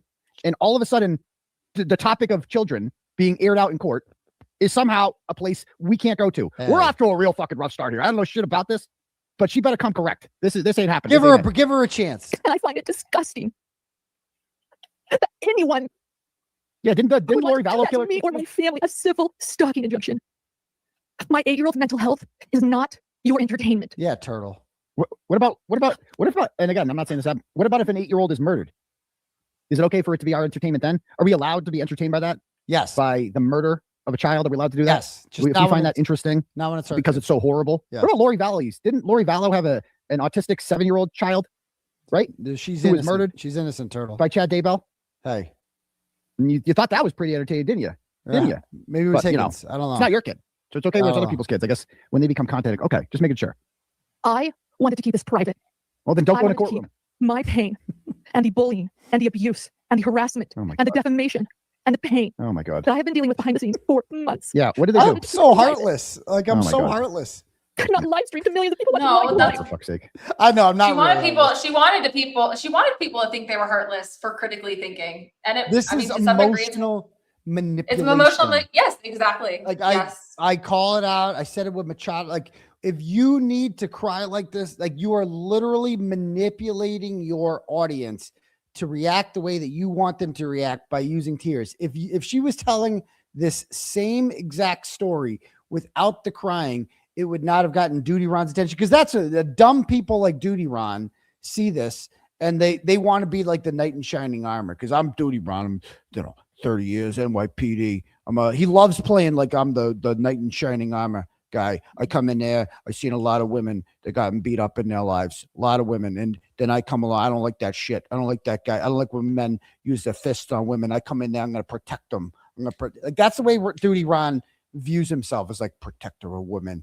Like they need me to protect them. This woman doesn't need you, Duty Ron. This woman's full of shit. She's fine. She's got Dr. John. Dr. John, but by the way, Dr. John is pulling the strings. Though, as it turns out, we learned from the interview, Dr. John is getting this all going. Without him, this is all his idea. I swear to God. Do you think so too? I don't have an opinion. You don't have an opinion. I'm convinced. I mean, I have an opinion, but I think Dr. John controls her. Like, after watching that interview that the two of them did together. I think this is her. This is her. You think it's I okay? don't. No, this is her. Not that I'm not trying to. Not the overall. I don't know. I don't know the overall, but in this moment, this is her. Okay. Yeah, we get it. You're a victim because of. And so, yeah, we get it. Okay. if lie crime Oh, thinks God. that my family's pain and emotional turmoil is worthy to be on their channel, that they're going to be cool, which means they can share it to all media platforms. Yeah, for this sure. is just Yep. for everybody.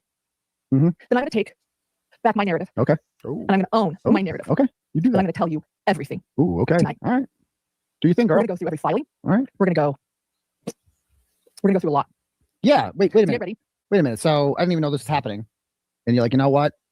Law and crime doesn't get the clicks off my children's pain and suffering. Only I get the clicks off my children's pain and suffering. That's what she just said right there. That they don't get to air this out in the courtroom. I get to air this out on my YouTube channel. Okay, Please like and that's a subscribe good point. and join for members only That's a stream good tomorrow. point. Thank you very much. That's a good point, Turtle Dove. I'll give you that. My hand has been forced. I'm very uncomfortable sitting here. But the reason and where I have found my bravery to do this is really My bravery. for my little boy. Oh, my Do you want to bravery. know the wrath of a mother? She's Here I am. oh, the Okay, wrath. yep, we got it. You're real angry. Yep. Okay. Yep.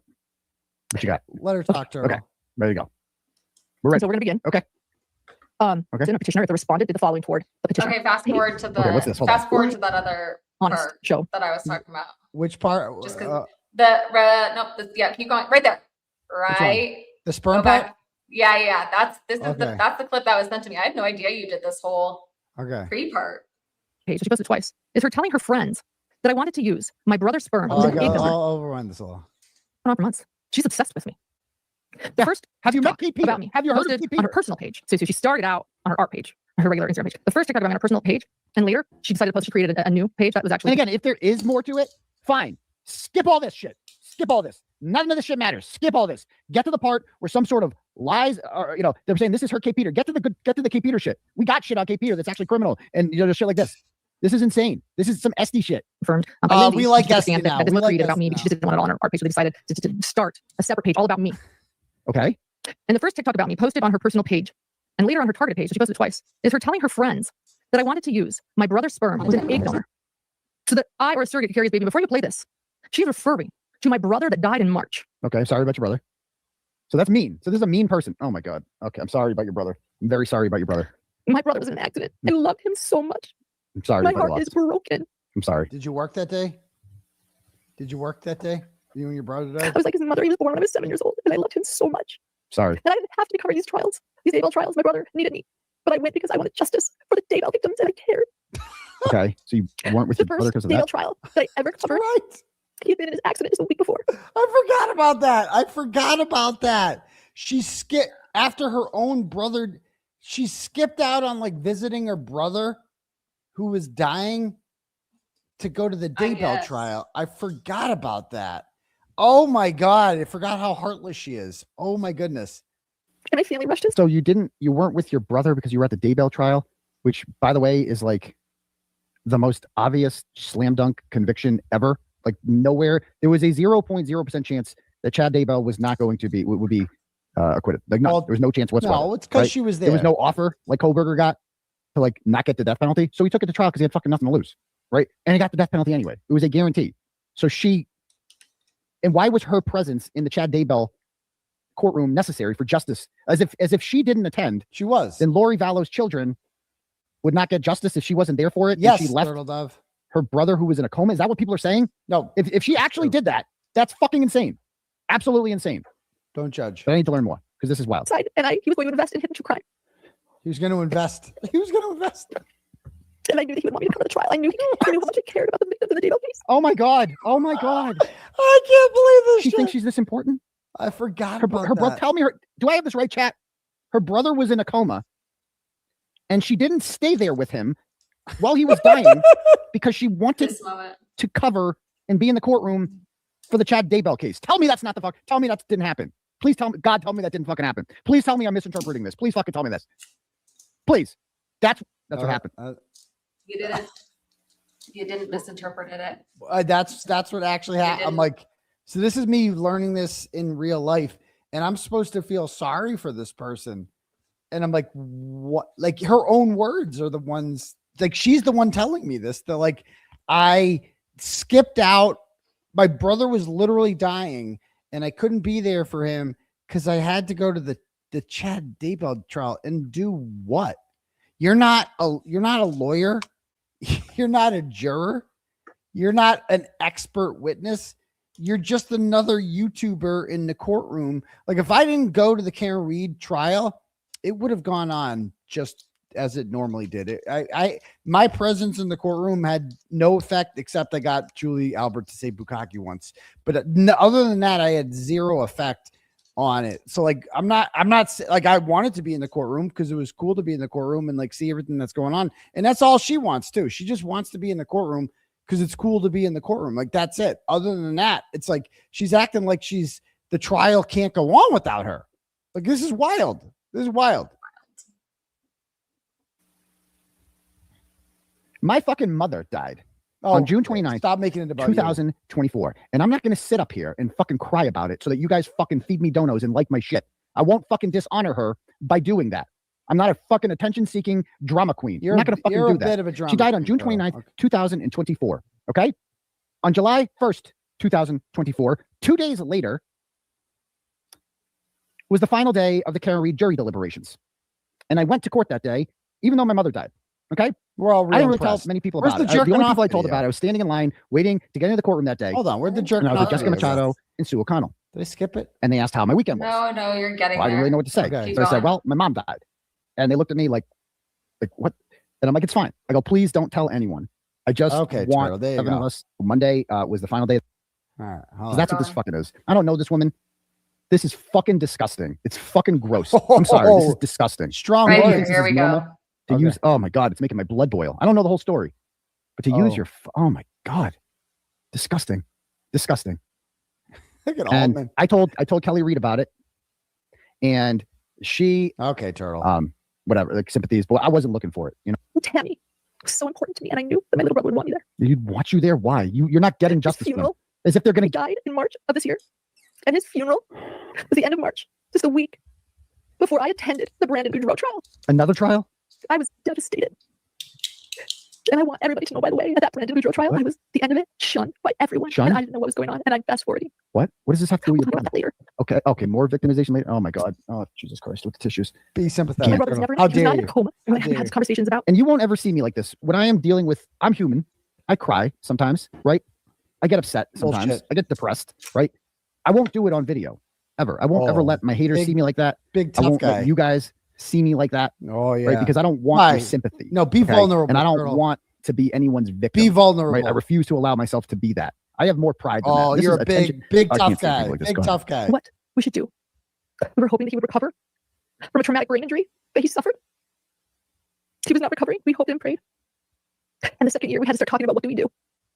He didn't have And kids. yeah, I did cry when Karen Reed won. It was a natural, visceral reaction that I held in. If you watch that video, I had I'm fucking tears. like attempting I to know hold who back my did it. tears. Like that right? was crazy. I And had literally have a like, picture of everybody- the chills that my It's legs fucking all about me. I are didn't like pull a fucking FC. I didn't goosebumps all collapse. over my legs. Melanie Little, When she- like a lot of people did, man. A lot of people were freaking like crying when that shit happened. Like, but yeah. And I know. thought about, by the way, I thought a lot about, like, I can't even imagine.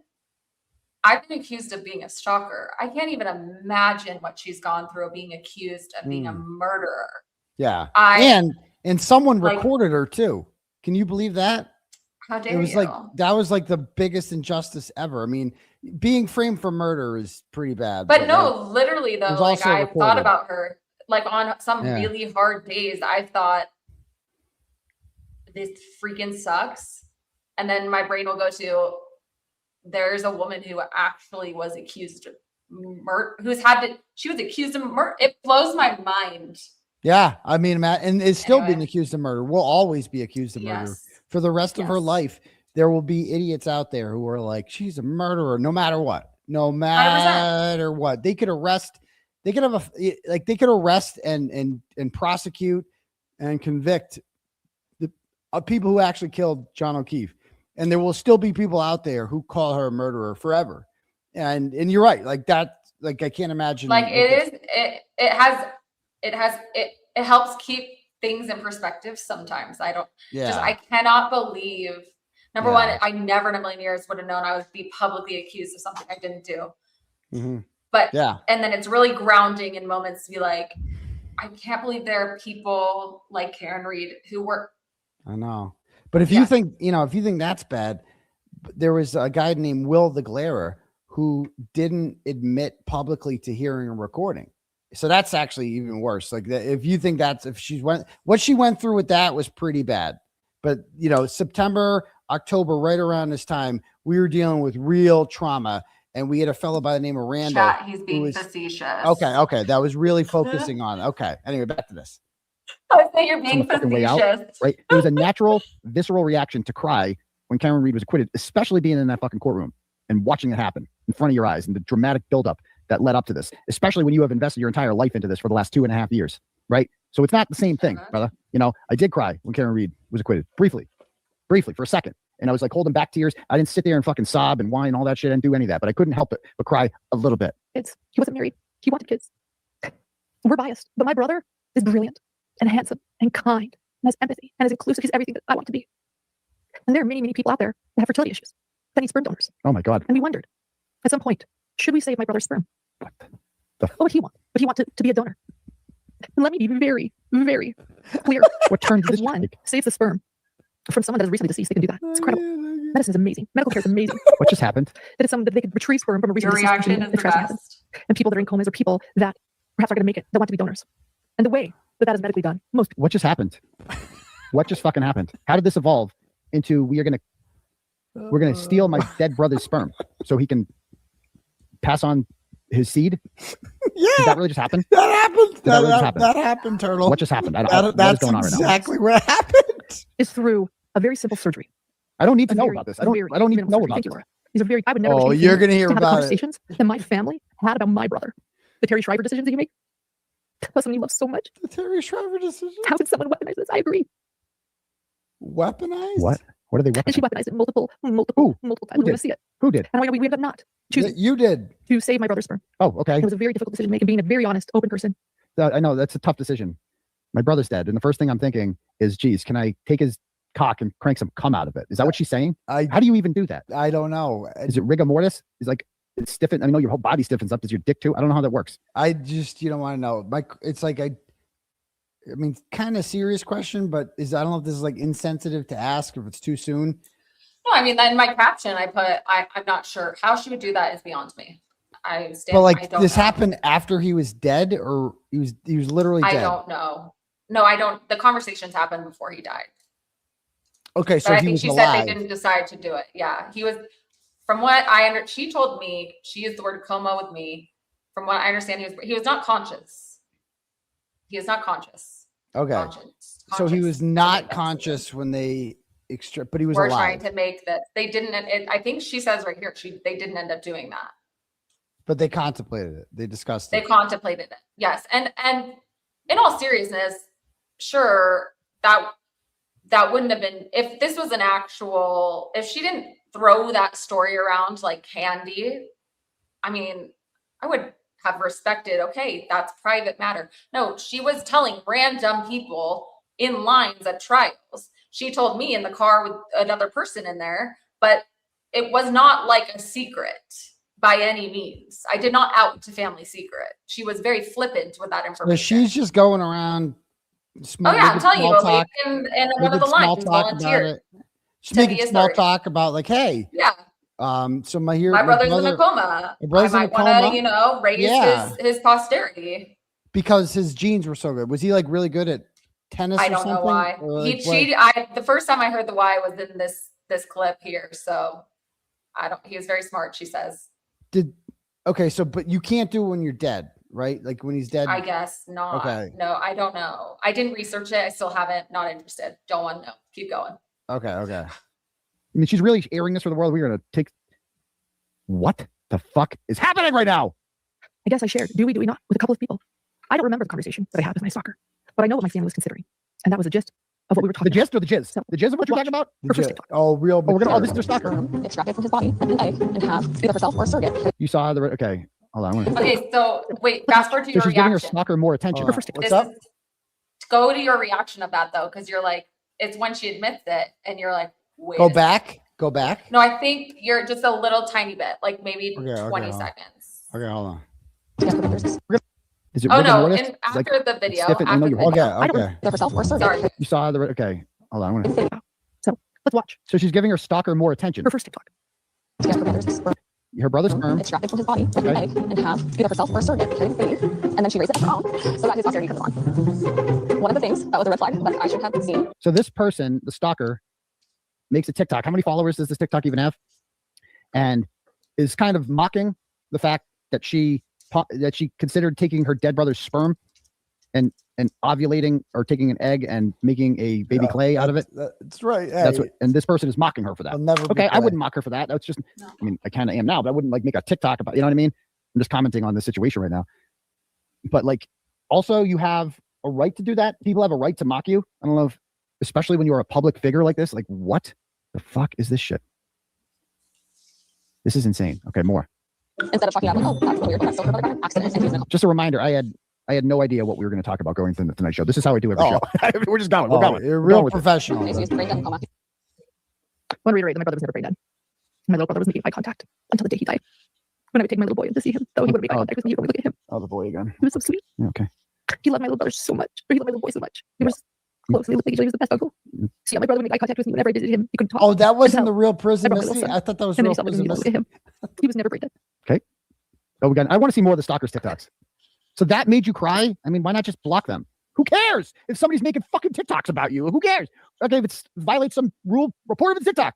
Get their channel. I don't know. Do So something. so what she is saying is my brother passed away in March after being in a devastating ATV accident in 2023. Sorry to hear that. My stalker is telling her followers that I wanted to non-consensually collect my brother's sperm while he laid in a vegetative state, unable to walk, talk, or have any basic function without insistence. Okay, so was that not true? Did I misunderstand anything? Was that not true?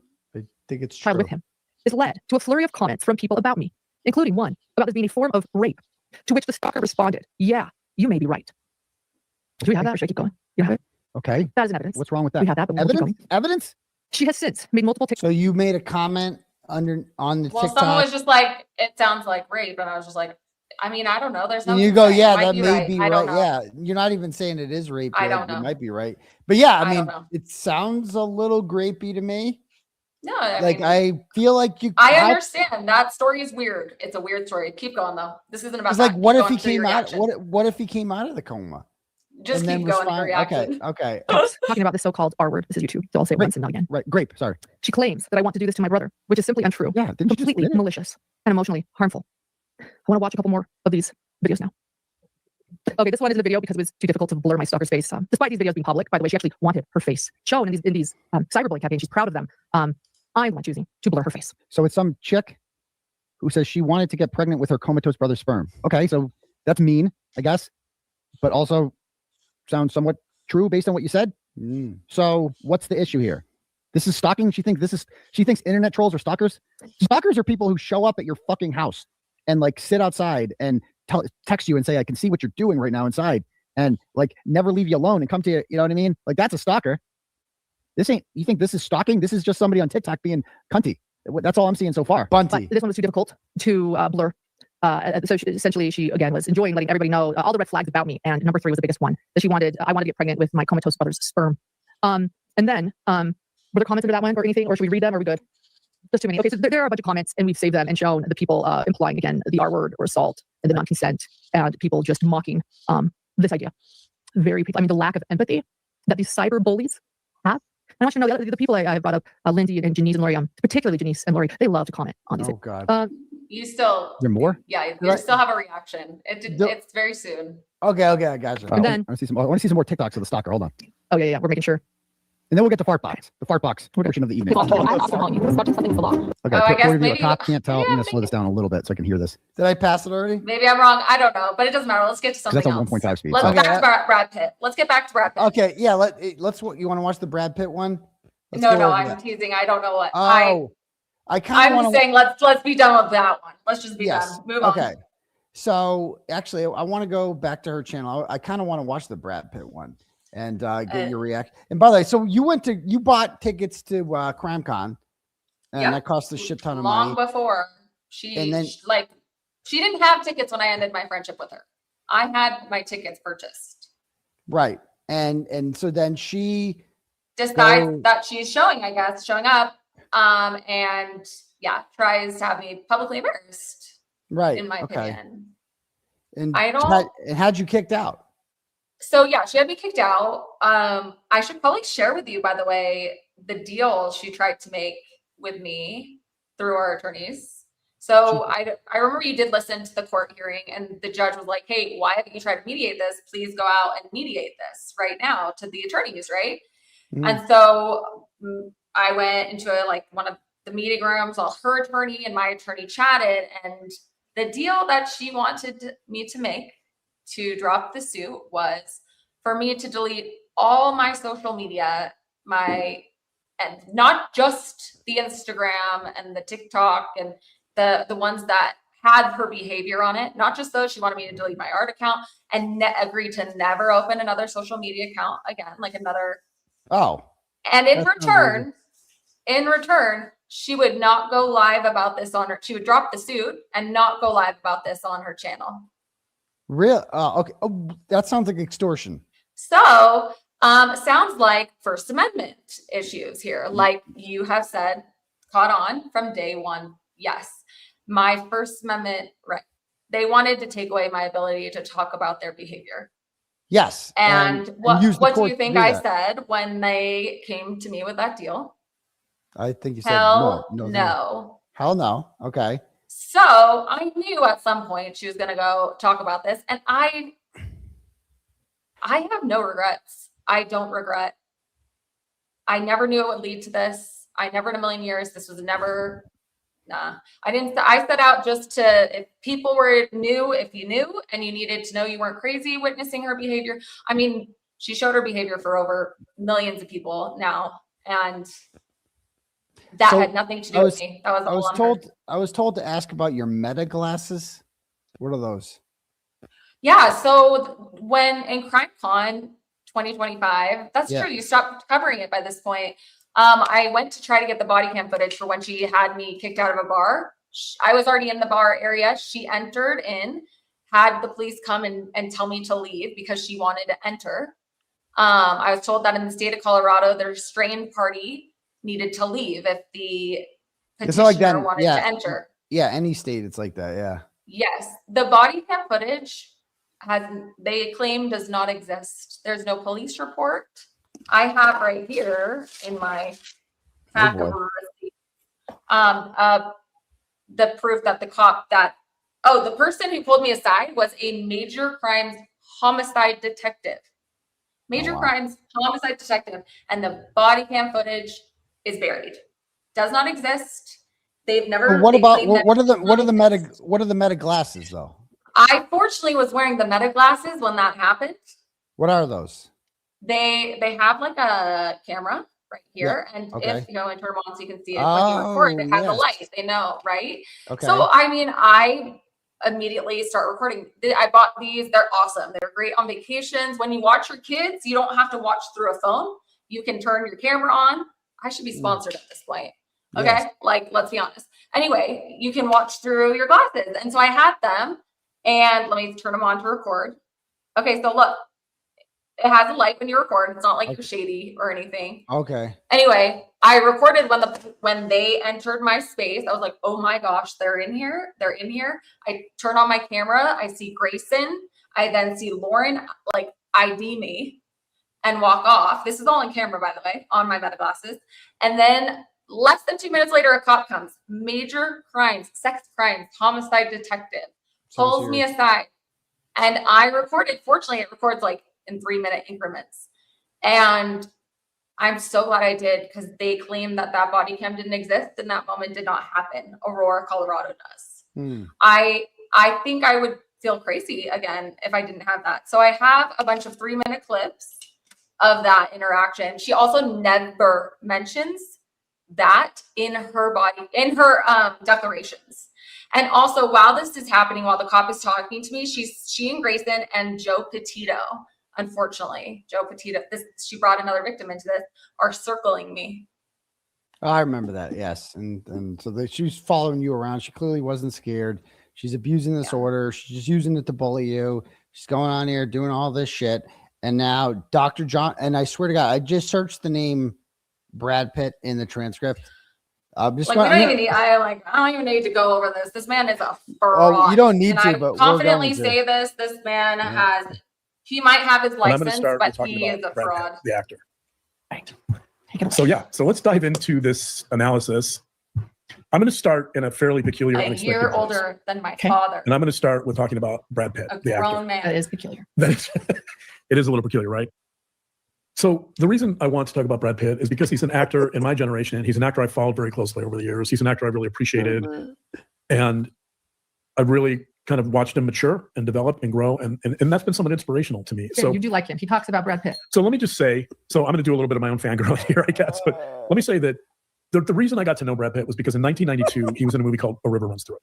A River Runs Through It is one of my favorite movies. It's one of my favorite books. It's a book by Norman MacLean, who was a professor of English literature at the University of Chicago. Which, by the way, is the worst Brad Pitt movie ever. A River Runs Through It is like a boring chick flick about, like, have you ever seen that movie? No, It's like there's so many good Brad Pitt movies out there, and you're like, A River Runs Through It, which is like this dude tries so hard to be like, I'm a thoughtful guy. I'm not like those other guys. I'm really deep and intellectual. And I swear, just the way she looks at him, he's just a scammer. That's all Dr. John is. But the way she looks at him like he's the smartest person who ever existed. The way he whips out his books and he's like, let me read Nietzsche here about this. And Nietzsche quotes this and that. And the way she looks at him, she's like, oh, read philosophy to me all day, Dr. John. You can tell she's just so turned on by this dude. And he's just a scammer. I mean, he looks like Peter Griffin, too. I mean, just look at this dude. Look, for many years. I mean, like 90, he falsely represents 90% of the things in here. And this is disgusting to me, especially since Brad Pitt, it has been on record that man hurt his children and his wife. And it's like, they want to be him. And it's like, dude, what the heck? Yeah, he goes on. He wrote this novella about his childhood growing up in Montana and how fly fishing basically saved his life. It's a brilliant book. It's a brilliant movie. Brad Pitt was in the movie. He actually played the somewhat delinquent brother. It was an interesting role that Brad Pitt would kind of reprise many times in his career, but he was very good. And I didn't know who he was at that time. And so I was interested. I'm like, who is this guy, right? When I watch a movie and there's actors I don't know, I'm always interested to kind of figure out who they are, where they came from. So I found that Brad Pitt actually was born and raised in a small town in Oklahoma. He was born in Shawnee, Oklahoma. Okay. And yeah, we got it. I also learned that at least some of his early career began in 1987. I didn't know any of his earlier movies. So shortly after that, Brad Pitt in 1912 this movie. I haven't seen it, but you love Brad Pitt too. So But I watched this movie, and now like, the paparazzi are all over Brad Pitt wherever their hands on any salacious story about Brad Pitt. So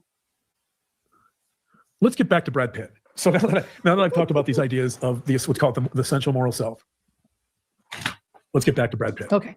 Yeah. But I haven't assessed him the way you have. I know you've always loved Brad Pitt. Oh, God. And his craft. Let's go back to Brad Pitt. So you label someone bad, you get them ostracized from groups, you ruin their reputation, right? Part of that was going on with Brad Pitt. And you might say, okay, so who cares? Let's say this is a moral crusade that people are trying to paint Brad Pitt as evil, so we never worked. The problem Angelina Jolie had in trying to make this a moral crusade was that the Brad Pitt as Preston, go ahead, sorry. Please note how he is literally. Right? And so when she shifts this debate into what makes it a moral. What was that? Please note he's literally condemning people doing the exact same thing you're going to see him do right now. That's what he's doing. He's condemning people for, attributing one tiny thing and applying it without any context to the other. And that's what he then will proceed to do with a woman on TikTok. With me. See, I can't even say me because it's like, it's so not me. It's like, that's what they're trying to convince you of right here. Yeah, the way he describes you is wild. I just wanted to play. Well, it's just they're contradicting themselves right here. It's insane to me. Let's get back to Brad Pitt. Oh yeah, the Brad Pitt's body of work and the quality of his work are indisputably good. I mean, you know what? Some critics may disagree. I'm sure there's critics that hate Brad Pitt. They think he's a hacked actor, but I'm not one of those, right? And so, if the goal is to cancel Brad Pitt, and you're a fan of Brad Pitt, you and I are like a pittance compared to Brad Pitt, right? It's interesting that, like Brad Pitt, work. What's the quality of Hidden True Crimes work, right? Like, I could argue with Brad Pitt, for example. Like, technically, Brad Pitt. As a matter of fact, I have a quote from a critic. This is recently. So Brad Pitt did a recent movie called F1. And if you want to make this into a moral crusade, then in many ways you're really negating the important point, which is that Brad Pitt is an artist who created that. Pinata Samurai is saying it's the same thing that Brad Pitt's movie critic is saying. Good, fundamentally, and moral, blah blah blah. Who cares, right? So okay, so anyway, Brad Pitt. I want to get to the part about you. So what keyword? He calls you. What does he call you in this? Like stalker. Like I want to see every time. There was that like weird Becky and Victoria thing, if I remember correctly. It's just all weird to me, man. I have no idea. Other than like this part, actually, this is where like I actually got scared to some degree of them saying the sentence in death. Yeah, let's see. That was. And if you think about the smear campaign, so the stalker who began the TikTok, she says quite clearly that her goal is to burn the kingdom. No, down, I right? don't. It's clear. Turtle, pull up those TikToks. Yeah. Hold on, pull them up right now. Okay. I very clearly state that is not my intention multiple times. Okay. Multiple times. No. Let's bring up your TikTok. Let's multiple. check the receipts. Which Oh one my is the gosh, one- check those which- receipts. I'll tell you which one two. is it? Go to the first one at the top where it looks like I'm painting my face. This one? Yep. Now note this is from I told you September or January. Wait, not January. June or wait, go 7/7. July 7. July 7th. 2025. Read that, please. You Months know, before. A lot of people, a lot of you told me or know me from my art account, Christina, and a lot of you may not. So I figured I'd do a little introduction Expand it. on this separate comment account. As most people close to me know, I'm not someone who needs to be heard just to defend myself. I don't need to set the record straight to feel okay. I know who I am. So you may be wondering, why are you speaking out now? For the people who don't and the people who can't, because I've watched this pattern play out too many times at the hands of the same person. And at 45 years old, she's still getting away with it because people are told to keep the peace. And though I'm only in my mid 30s, it's that keeping that all this silent has only kept the peace for the one person who has done the harm. I'm not here to burn anything down. Yes. So I'm here to put light on what's happening. Okay. In the dark for way too long. Silence isn't peace. Protection. It's protection for the wrong people. It's my voice. If my voice shakes something loose, good, maybe it's time. And then this is the video. Shrink yourself, didn't they? To make yourself small, it's just quiet, some audio and easy about to like swallow. resonated. They said your fire was too much, that your desires were too wild, that you should be ashamed of the hunger in your soul. But here's the truth they won't tell you. The world fears women who know what they want. They fear women who refuse to play by the rules, who aren't afraid to burn everything down just to feel alive. Yeah, You were never meant to. I say in the caption, I'm not burning anything down. I'm Yeah, you're not burning anything anything down. So Dr. John defamed you there. Oh, and he just said, let's be honest. She says quite clearly. Okay, there's another one. You ready for another one? I got another timestamp for you. One more timestamp. Hold on. Burn the kingdom down, right? It's clear. No, I don't say that. Not only harm, reputational harm, emotional harm, reputational psychological harm. But the harm that she really wants to affect is to ruin you. Isn't that kind of ironic that he's out here lying? This is that he's causing reputational harm. They have a much bigger platform, so they have the ability to do that. And and he's complaining that that Lauren's reputational harm has been damaged by TikToks that nobody watched if they didn't point them out. Nobody would have even seen these TikToks. I never would have. This is on my record, man. This is on my record still.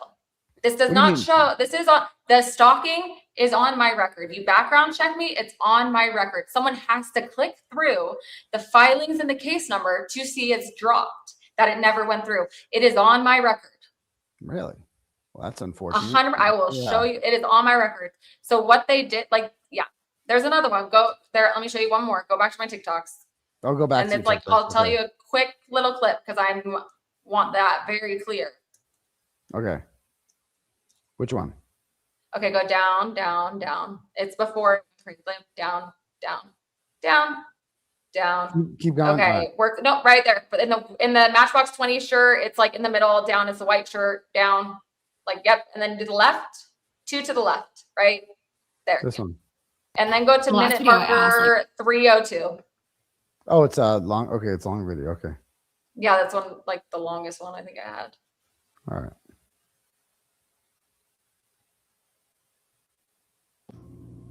Just bring the behavior, bring awareness to this behavior.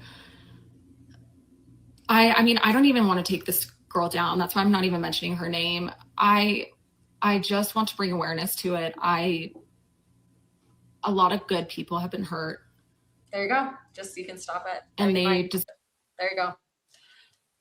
And that's on August 19th, 2025. This is before she does her valid truth journey and goes off on you 2 months before. And you said that I'm not trying to do that. They're exactly there's just, I knew I could not live with myself staying silent because it felt like I was complicit or in some way approving of her behavior and what she does and did and is currently doing behind the scenes. I just can't. I can't. Have you thought about suing these people? Yes. Yes, I have thought about it, and I will not confirm or deny that. Well, you should. I mean, or at least you should send them a cease and desist and tell them to issue some sort of statement retracting what they've said. I mean, the damage. I mean, I'm not denying that I will sue them. Okay. I mean, would you be satisfied if she went on there and just admitted that I was wrong about all this and we don't have any proof. Would you be satisfied with that? Yeah, probably actually. If I there was a would be. way that got it off my record, yeah. Yeah, I mean, to me, If they it's did like, the work to get that off my record, too. to me, Yeah. that would be more satisfying Yeah. than suing, because suing's expensive. It takes forever. And like, I love watching people bend the knee and like doing what I want them to do. And like, I so, don't like, love that when you Google my name, it's not clear that. So if they had a statement and it made it very clear that I did not do what they accused me of doing, I am not a stalker. I did not stalk them. I never did.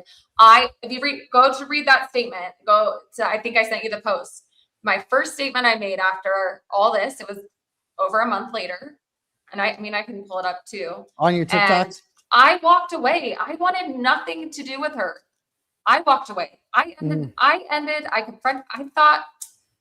thought I'd take the easy way out and just blame it on her talking trash, because I didn't care to be like, oh, this is why I don't want you to be in my life, because I just didn't care to hear her explanation.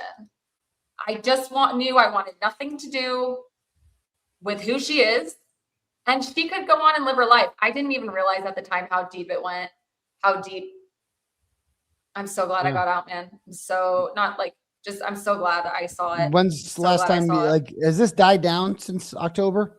I mean, you went to CrimeCon again and shit happened again, right? They tried to have me removed again. Allegedly, she sent.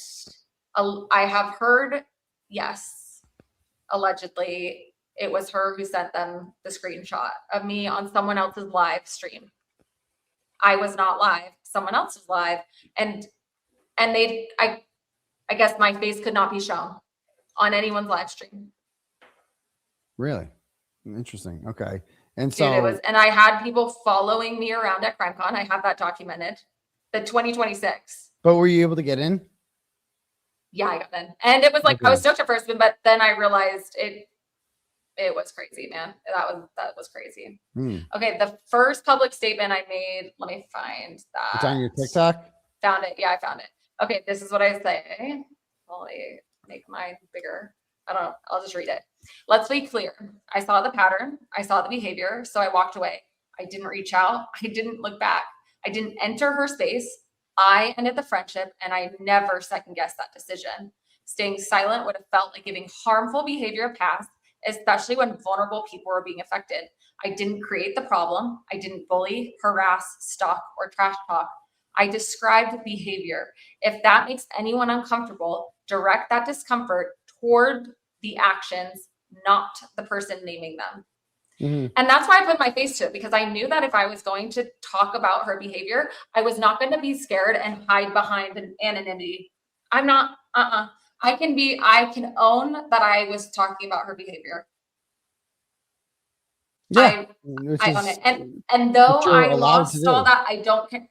I'm at peace with that, because I can at least live with myself, because I am not complicit in her actions. And so like, if I go on your TikToks real quick, I just want to, so I remember some of these now. They're coming back to me, like this one. I remember this one. Of course you hate her. She's the keeper. Oh, this is the one that John hated. That was just an audio. I heard an audio and I was like, your false kingdom to the fucking ground. That's the one. That's the one he's talking about. That's the one he hated. Yeah. Meanwhile, it wasn't even a second thought for me. I thought, oh, they hate me. And look at that. Look at the Puddle of Mud lyrics I put in there. She effing hates me. La la la la. She effing hates me. Well, she goes. It was so not deep. Hold on. The keeper of the screenshots, the receipts, the inconvenient truths that would burn your false kingdom to the fucking ground. Of course. Yeah. So that's what he was talking about when he said burn your kingdom to the ground by exposing her. Yeah. Look, there's still comments there. Yeah. I'm like reading the comments, and let's see, burn that false kingdom down. Like, so I don't see any negative comments here. These aren't bad. I never deleted one negative comment. So when the negative comments started disappearing, it was because of the people themselves. Oh, deleting them because they were deleting them themselves because they realized they had been duped. Oh, that's interesting. And I remember this one being on there. I remember she shared this one. Yeah. This was a problem. Look at those comments still there. Yeah. You were let's see. further along in the friendship than she was. It's like, dude, what? Away? You mean away? Because I walked away. Yeah. Yep. Yeah. You're so jealous. Oh my gosh, I witnessed it.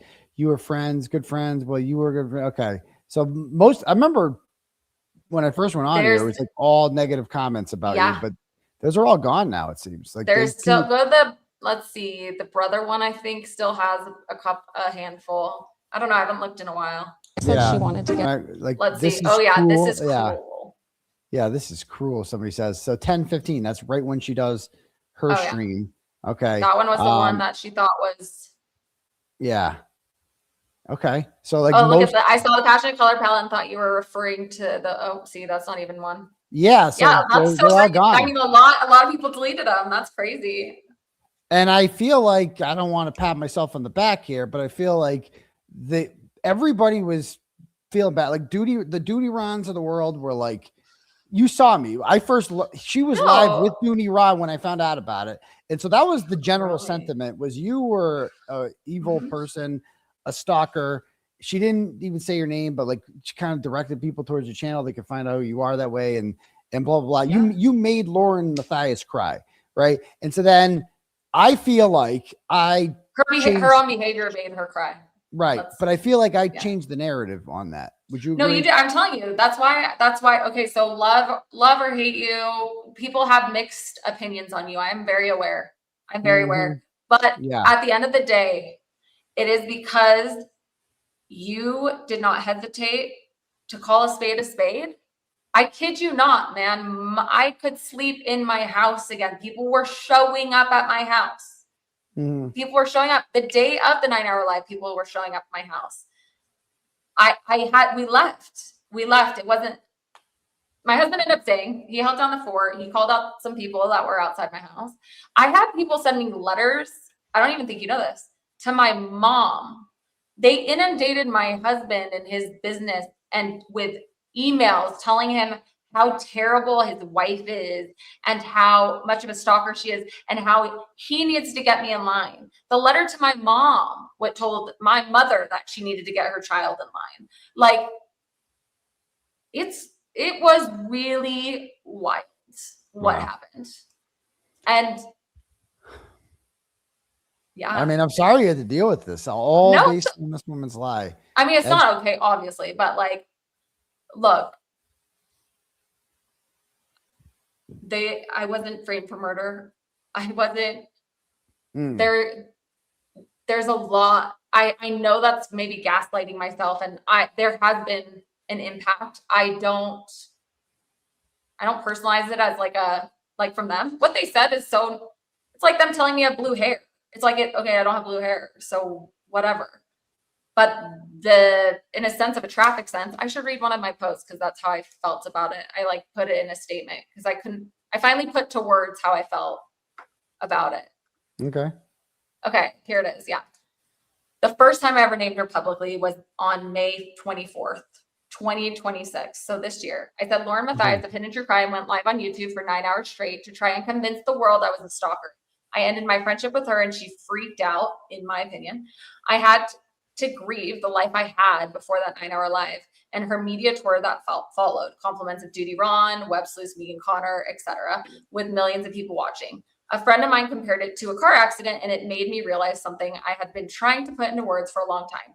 A car accident can injure someone without the road winning. A storm can devastate a town without the town being weak. Human nervous systems can respond to prolonged stress, fear, humiliation, uncertainty, conflict, social exposure, instability, etc. But that does not give Lauren the W. It's taken me a minute to come to the realization that I can acknowledge the depth of the wound that 9-hour live inflicted without concluding I'm permanently defined by who caused it. Because I actually don't hate her. I don't feel anything towards her. It's complete indifference. Literally, I just like whatever. Be okay girl. if you do. I mean, I know sometimes I wish I did. I did. I feel like it'd be easier if I hated her. It's like I don't think she's nothing to me. I showed you the messages she sent me. I'm gonna text Yeah. her right now. Wait, let me finish this. I say, I am still fundamentally myself and will continue to see the positive while also being able to acknowledge the impact. Life is beautiful. It really is. Like, Yeah, it's a choice to see it. it is. It's a choice. So I'm going to it's choose to still very see deep. it the way I see it. It sucks, but like, Yeah. there's too much beauty to ignore. Well, you're definitely go very. talk to us about that. And so these are the messages with Lauren Matthias. She messages me on Thursday and goes, "Hey, you coming to the Clancy trial? Someone told me you might come." I go, "Who's this?" She goes, "Lauren Matthias." I'm like, okay, stop right there. I go, "I might." And then she says this: "If you come, can you bring the purple marker? Because I can't find anything like that at Sephora." So she's like making light of me mocking her and the eyebrow thing. Then she goes, "My brow gel has nothing on that marker, and the humidity here makes it worse. But for reals, maybe I'll see you here, just connecting and saying hi. I'm actually quite nice and pro free speech," she said. And then she goes, "Tell me how." And she goes, "Courtroom." Then the next day she texts, I don't respond. She goes, "Court later this afternoon with witnesses." Okay. That's what, if you guys don't believe, I'm going to screenshot this. All right. And I'm going to put it up there right now so you guys can see, because if you're going to believe me, I'm like, this is Lauren Matthias messaging me. Okay. And I'm going to share with the class. All right. I swear to God. And I just want to evaluate how manipulative this is. No, it's dangerous. I'm telling you, it's dangerous. Like, not that message itself, but her behavior is dangerous. It is what it is. That's why it terrifies her. Her own behavior terrifies her because her own behavior is dangerous. Yeah. So she goes, so this is her message to me. I should have put her in as eyebrows, but she goes, "Can you come?" Yeah. And how about this? This whole thing about like making light of the thing, that's her way of trying to sound like, "Oh, see, I have personality. I can laugh at myself. You know what I mean? I can be self-deprecating. I'm funny and I have a personality." And then she goes, "But for reals, maybe I'll see you here, just connecting to say hi. I'm actually quite nice and pro free speech." So two things about that. If you're nice, if you're quite nice, you don't need to tell me you're quite nice. I'll just know it. Like you don't need anyone who says they're nice and is like, "I'm nice, trust me," probably isn't very nice because they feel the need to tell you that. And number two, I'm pro free speech. I don't think I've ever heard you are, Lauren, if you're watching, because I know you're watching, you are the enemy of free speech. You are a soldier against free speech. Somebody was using free speech, Christina, okay, on TikTok. She's an artist. She does these like artsy things. Clearly artsy with my captions too. Yeah, everything about you is artsy. The way you tell stories, it's artistic. Just your posts are artsy. And, the way you talk is kind of artsy. And it's like harmless, right? And so she's like, you are expressing yourself artistically about her. Not bad at all. Like, criticizing her, but not in a mean way or whatever. And then she saw that, and it's like, I have to shut that down by using the courts, and I have to go in front of a judge and use my 8-year-old as a prop, okay, and make him part of it. Remember, she said the 8-year-old was crying all the time because the 8-year-old was crying because he sees mommy crying all the time. First of all, I don't believe that. But if that is true, that's even worse, because that means that you are you have such psychological issues that you're bringing your own bullshit and letting it affect your 8-year-old. I got an 8-year-old. I would never think about bringing my problems around him and like letting him see me like that. "Are you okay, Daddy? Are you okay?" "No, son. There's people making memes about me and people are being mean to me on the internet and I'm so sad about it and blah, blah, blah." And then my son starts crying. "Why are people being mean to you, Daddy?" "I don't know. They hate you. Probably because they hate you. I don't know why." It's just like these people that do that shit. It's just like, so for her to sit there and tell me I'm pro free speech, You're the exact opposite of pro free speech. You are the enemy. You have declared war on free speech. But it also shows that she recognizes the fact that I can sway public opinion against her. You know what I mean? So this is her trying to kind of win me over, I think. You agree? Did it Like, work? No, it didn't work. Like, I'm not stupid. Like, I know, but because I think she's followed me and she's like, oh, I've seen this guy before. He takes people back. He forgives, you know. I'm curious when you read that. I immediately knew what she was doing. Like, why do you think I don't reply? I'm like, I see what she's doing. For sure. Yeah, at no point I'm like, oh, really? That's great. Or she wants me to be like, haha, like, oh yeah, you like, oh, look at Lauren Matthias as a personality now. She can take a joke. You can't take a joke. Like, what I've said about her is objectively 100 times worse than anything you've said. Okay. And the fact that she is still trying to kind of like win me over and win me back because I have influence. And so she doesn't want me to keep shitting on her. This is just a way for her to try to get me to stop using my platform to shit on her. See, I'm just like you, Turtle. I'm fun and I'm pro free speech. You read me completely wrong. You got the wrong impression. No, bitch, I got it right. I was right the first time about this. The more I learned about this, the more right I was. Like, I look back on those videos of me reacting to this. I figured her out in 5 seconds. I was 1,000% right. I'm like, just by the tears, because I've seen this before. I've seen people like Lauren Matthias before. I know how they operate, and I see shit like this, and it's like, she's only doing this to me right now because I have 163,000 YouTube subscribers. You know what I mean? She's doing this to me because I have influence, and she wants me to like her because I've destroyed her credibility. But I'm also like, she's like, maybe he can revive it. Maybe she's seen that on my channel. I have a history of shitting on people, and then sometimes I take them back. You know, it's a ratchet redemption, we call it, you know, and I think she sees that and she wants some of that ratchet redemption, but it's not going to happen there. Eyebrow, it's not going to happen. I see right through you. I see right through you. Clear as day. Yeah. So, you know, you can make these little stuff, but anyway, yeah. I'm just really grateful. So I'm like, it's crazy. It's been a crazy ride, man.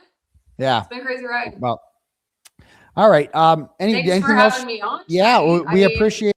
Thank you for giving me your time. Hopefully we answered some questions for people tonight. Yeah, I feel like we did, and we got to hear your perspective of it for the first time and what it's like to live through that.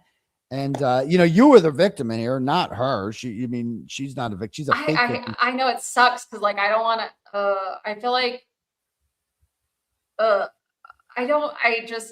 did that, but I don't let that. I don't feel like it sucks because that word was then changed to something. I ain't no victim of, but I understand why people say that. But I don't even want to give her that power of like, I just want her to go, like, leave me alone. And people will be like, oh, but you talked about her behavior. Why should I stay silent? I feel like me standing up to her has shut her up about it. Like there was the Dr. John. She might have shut up publicly, but there is no shutting. She could, like, I killed her ability to go on YouTube and pull that shit again. Like that shit ended like right away. Like no, if she tried, because it worked the first time. The duty runs of the world. Well, thankfully it was like, I mean, you went on there, and then we had Jolene, who is Jolene, God bless her. Yeah, every day with Jay, Andy Cops, like. Yeah, I mean, she interviewed you last week, right? Yeah, I went on. I was like, I gave Turtleboy first dibs. No, it's fine. I don't care about that shit. But our schedules wasn't aligning. I know, but I went on Andy's channel, so if some of your chat haven't seen that, we didn't talk about the same things we did here today. We talked about other things.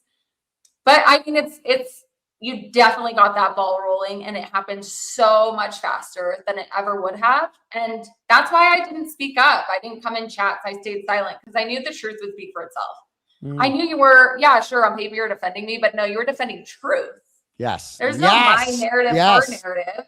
There's Yes. no, like, dude, you wouldn't have known me from a random person on the street. It was Yeah. about the truth of the situation, and Thank it had you. nothing to do with me. And even this stuff, it's like, how, like, you're not, there's no team. I mean, sure, there's the people who support the truth, but in reality, dude, it wasn't, you didn't defend me for being me, okay? You defended the truth.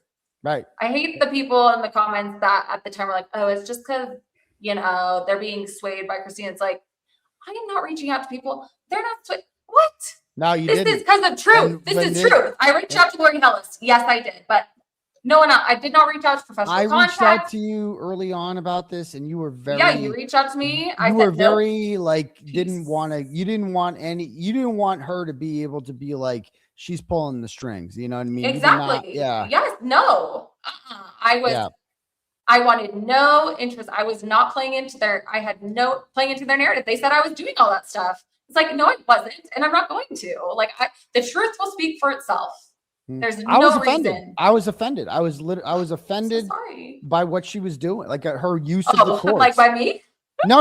I was offended by her attack on the First Amendment and her No, it really was. victimization. It Like still because I've seen Think it about before. it. How long I've has it seen taken? And I'm sorry to interrupt you. How long has it taken this long for me to show up on this channel? It still impacts my speech Uh-huh. and the way I can talk about it.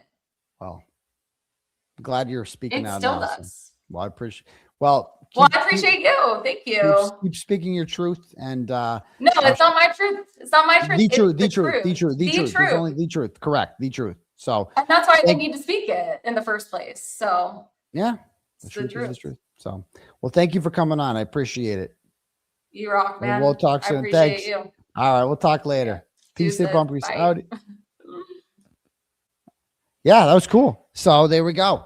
10 months later, we finally spoke to the person that caused Lauren Matthias to lose her goddamn mind. That girl right there caused Lauren Matthias to cry her eyes out. Goodness gracious. Isn't she scary, ladies and gentlemen? What a scary, scary, scary person. Yeah. I mean, you see her, she's like an artist, you know what I mean? Very art, like even reading her posts out there, like everything's deep, and I'm not like that. You know, I'm not an artistic person like at all, as you can see from the eyebrows. But yeah, I mean, it's like you're scared of that person. That person made you cry. I was expecting like some scary person when based on how she's crying, and then it's like, oh, she just didn't want screenshots getting out there of her talking shit. That's all this was. She was talking shit about, I don't know if it was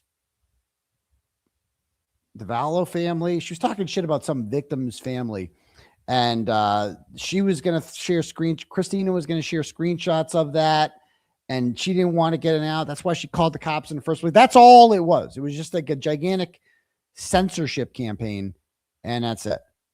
So there we go. So be right back. Big 2 seconds, 2 minutes. I'll be right back. And then we'll get to some other shit real quick. What can I play here? What's a good one?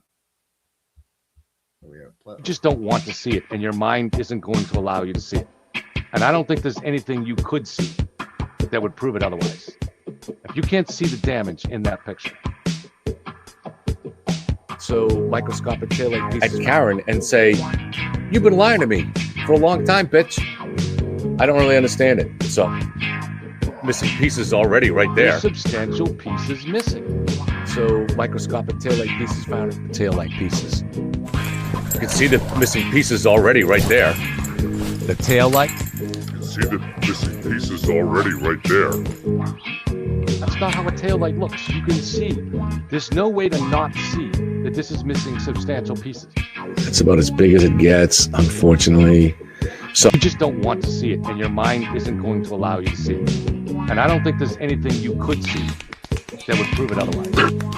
You can't see the damage in that picture. You can see the missing pieces already right there. There are two types of lights within the taillight. White light bulbs, which are brightest, and red LED light. You can see the missing pieces already right there.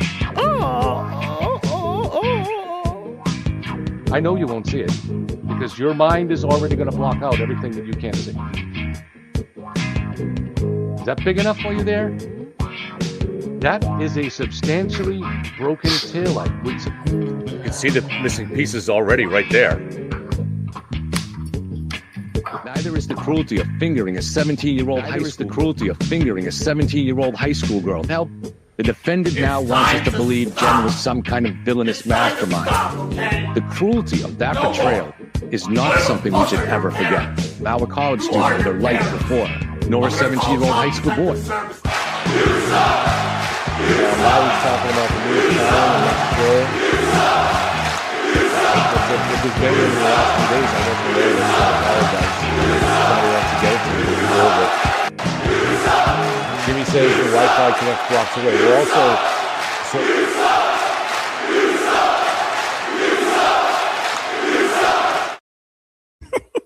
Clevin. Okay. Anyway, like Gretchen Voss took that guy seriously. It's just it never gets old. Okay. By the way, guys, so we have a show. We were doing a second show. I'm not saying where or when yet. Okay. I don't want to give it away, but I went there today. And this is gonna kick ass. This is the Wilbur on steroids. It's a good one.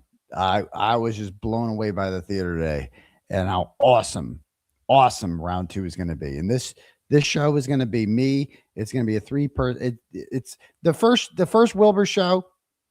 If you were there for that, that was cool and all, but I didn't know what I was doing with that. I mean, we'll just do a couple sticks. This is going to be organized, this one. And this is going to be a 3-person show. It's going to be me, Auntie Deb, and Emily C. And it's going to be like a variety of show. We've already got skits. We're already excited about it. And it is going to be the bomb. And I went and I saw it today. I saw the theater today. Can you give us the county it's in? I guess I can do that. It's in Suffolk County. So it's going to be dope. That's what we'll say. And, it's going to be great. I cannot wait. When I saw that theater today and I went there and stepped foot in it and just like, oh my God. And just imagining it filled. It was just like, and the people that ran it were like enthusiastic about it. Like I can't wait. Like I can't wait to sell this shit out. I cannot wait to sell this shit out. We're going to give you, last time we only had 1 month in advance to tell you guys to buy tickets, and we did no advertising or whatever. This theater is slightly bigger. Okay, I'll say that, and I hope we sell it out again. Who is this guy? Get him out of here! She's hilarious. She's the best. And we're gonna have so many. We're gonna have so many skits. Because so much has happened since the last Wilbur show. We have so much to do, right? So much to do. And I literally cannot wait for this to happen. And we're going to give you guys, about, 3 months. We're going to give you guys about 3 months notice for this. So we'll see. Okay. Anyway. Let's read some turtle chats, shall we? Let's read some turtle chats.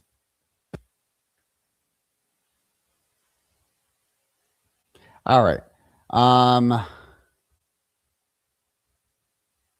right. Pamela sends $10 and goes, love that you got this interview. Yeah, she's great. I mean, she's obviously very grateful, which I appreciate because she was, she's been through a lot. And the phone. Okay. Yep. Put it on the other side. Thanks. Sorry about that. She's been through a lot. And, imagine going through it. She went through the pylons, as they call it. And then all of a sudden the knight in shining turtle armor shows up. And it's like with Karen Reed. It's just like, oh shit, someone's saying the truth. Somebody's saying there's this false narrative out there about me. And that's what I do.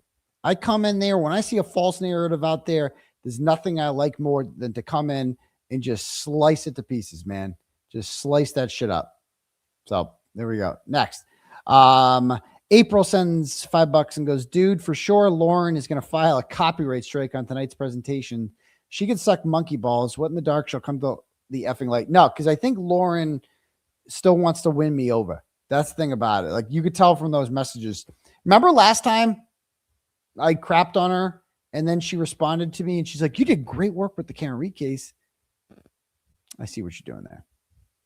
I see what you're doing there. Okay. All right. Next. A concerned viewer sends $10, goes, don't platform Jay for justice. She's a racist who used the hard R. Look for clips on YouTube. Who's Jay for justice? What's that have to do with anything? Okay. Sorry. Jeez Louise. Okay. Next. Yilfa Souza sends $10, goes, thank you for having Christina on your channel and giving her a voice. My pleasure. Do what I can. Next, we have Bravo Lima Tango sends $99. Woo!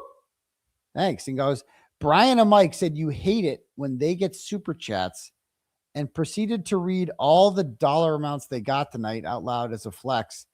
Here's their grand total. 91 cents as a donation for your legal defense. Plus 91 cents. Here's their total, grand total, plus 91 cents as a donation. Wow. So they made, they think I care when they make money. What do I get? I don't care if anyone makes money. Good for them. If you make money, I don't care. Without them, I enjoy just dunking on them and making fun of them. It's just, they're just pure entertainment to me. That's it. That's it. So there we go. Next. And so thank you for that. So I made more in one donation than they made all night. So how about that? Not that anyone's counting, but next. Birdman sends $25 and goes, listen, Turtle, your bus stop live rant gave me chills because it reminded me of a great song by Laura Matthias just texted me.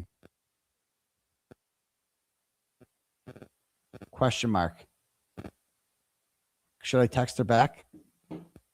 Should I call her right now? Should I call her? I'm going to call her. Did she text? Which phone did she call? Oh, she called her. I'm going to call her back right now. Should I call her? I should call her. Let's call her. Your call has been forwarded to voicemail. The person you're trying to reach is not available.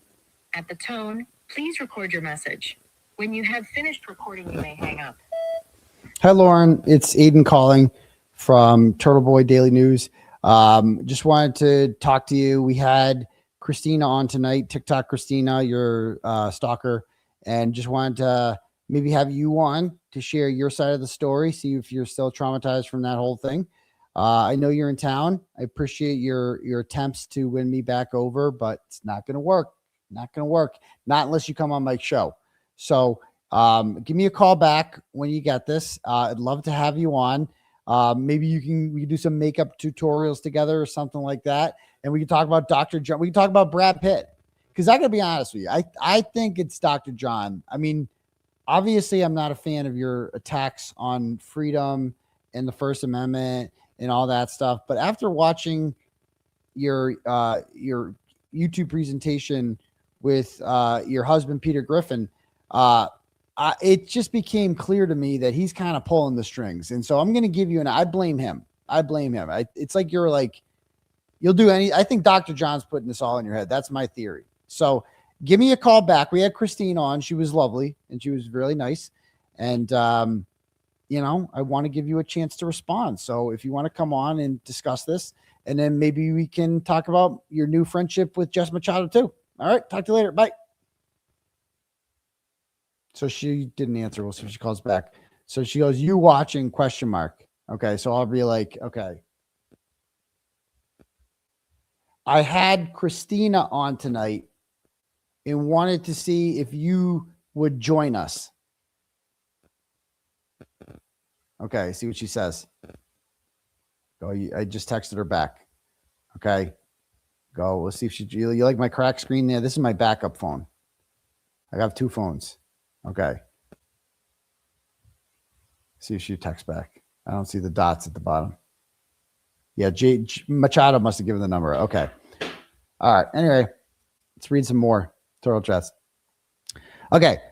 So this is from Birdman, $25. Listen, Turtle, your bus stop live rant today gave me chills because it reminded me of a great song by Tool called Vicarious. Eye on the TV because tragedy thrills me. Whatever flavor it happened to be, give it a listen. Good luck with the flies and keep fighting the good fight. F. Cryford. I don't remember my rant from this morning. I don't even remember what rant you're referring to, but thank you very much. I appreciate that. Next. Emmy sends $10 and goes, no shit. I used to listen to Dr. John to fall asleep. Stop because I don't want them to get hours of my snooze views. Free Turtleboy and Christina. Well, thank you very much, Emmy.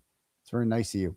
Laura sends $25, goes, there's a movie called The World According to Garp.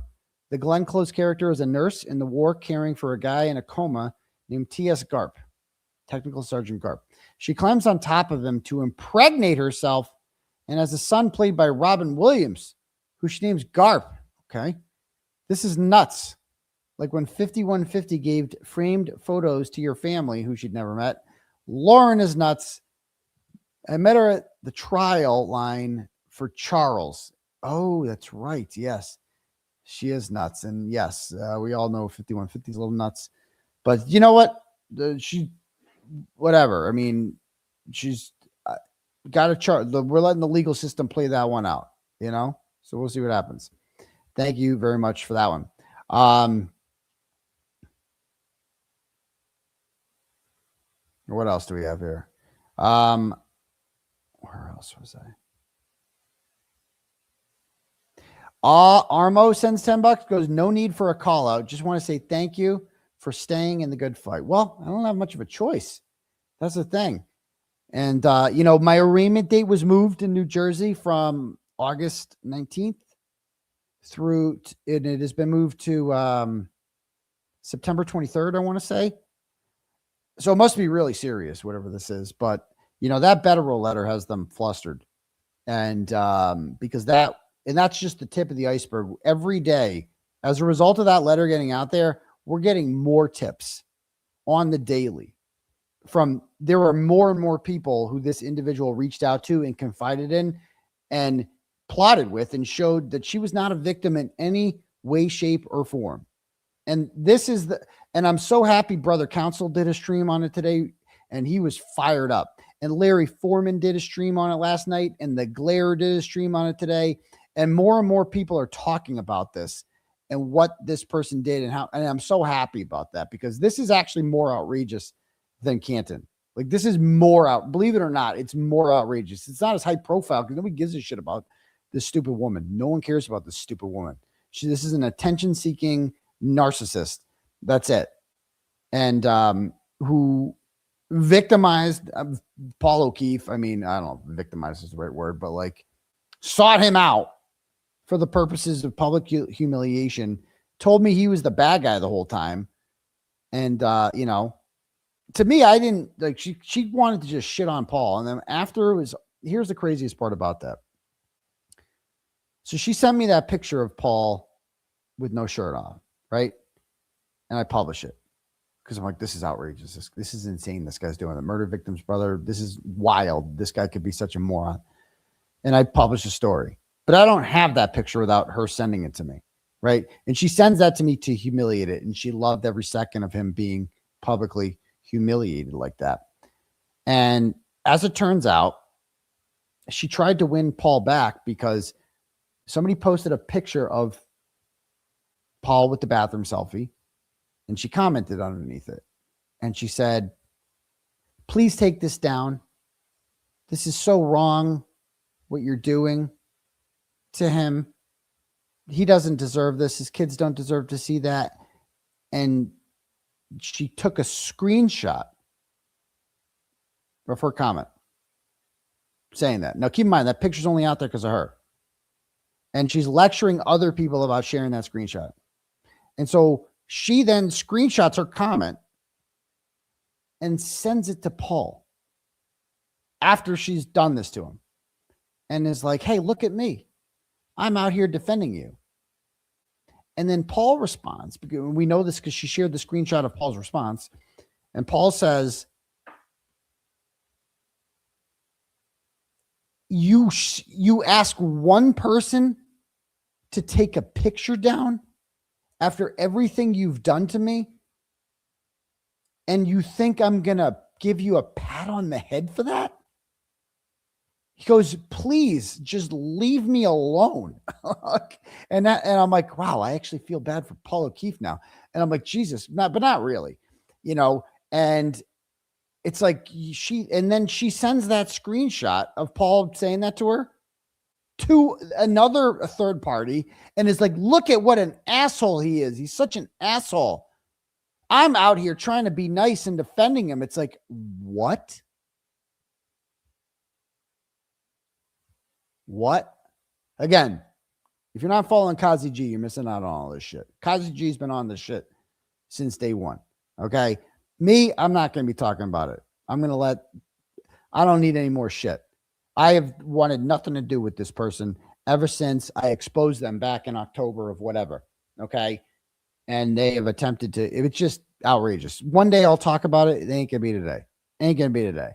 So absolutely insane that we're being dragged through this, and all the money that's gonna, and the resources. I got a trial in 4 months, and this is what we have to deal with to prevent bail revocation, right? Because that's all this is. This is an underhanded attempt to revoke bail. Bail revocation is for dangerous people.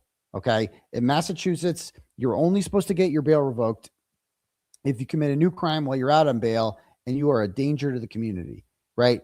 And clearly, if this is going on, like this happened, Cosgrove was alerted to this in December. The facts of the case.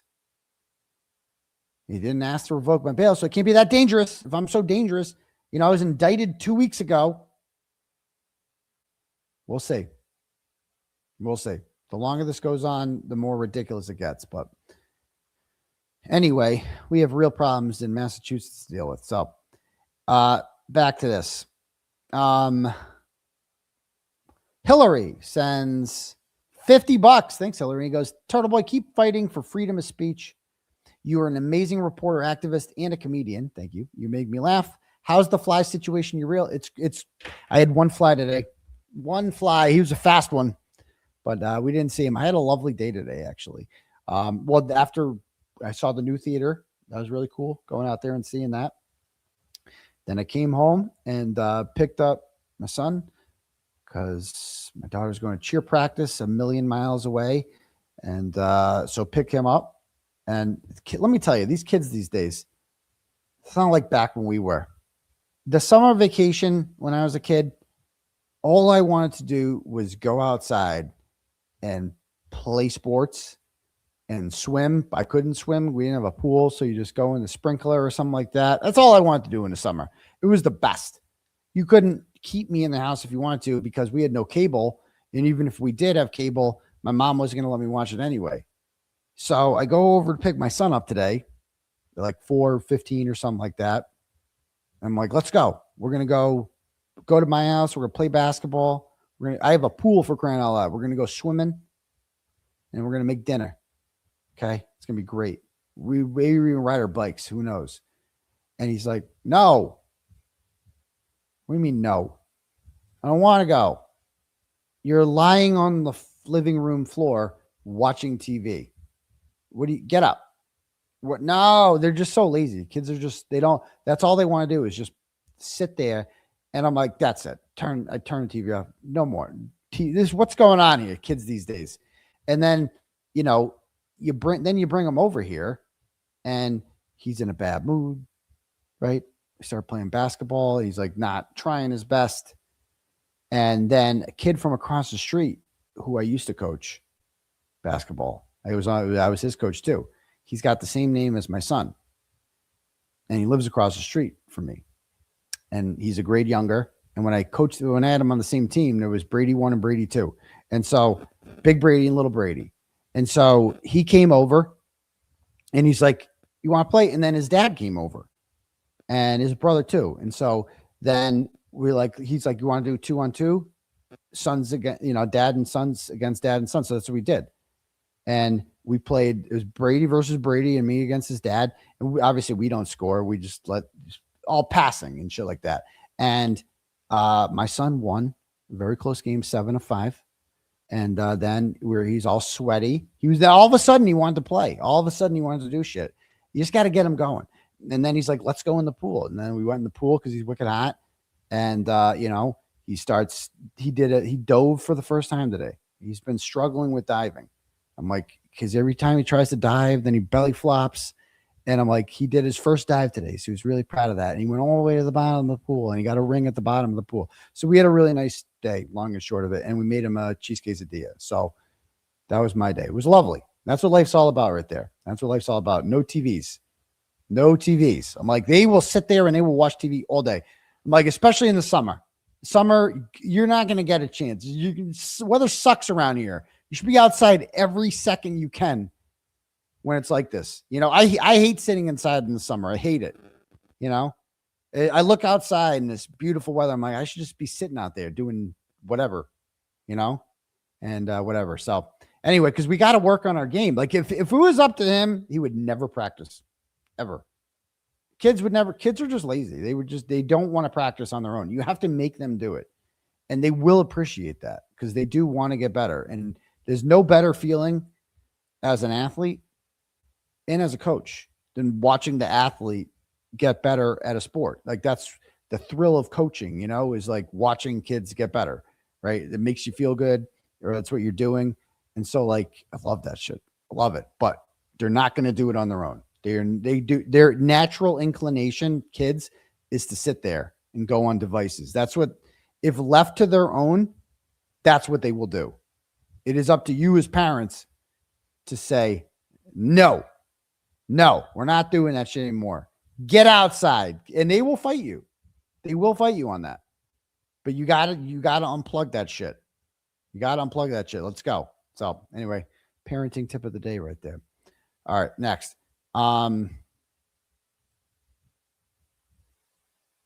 Hillary. I already read that one. Yefa Souza sends $10, goes, thank you for supporting Christina. Well, my pleasure. My pleasure. No, I read that one. Okay. Did I read all those? All right, let me refresh here. Let's see if we have any more. Emmy sends $10, goes, can Kate Peter please attach her hatred toward Lauren Matthias? I mean, don't they deserve each other?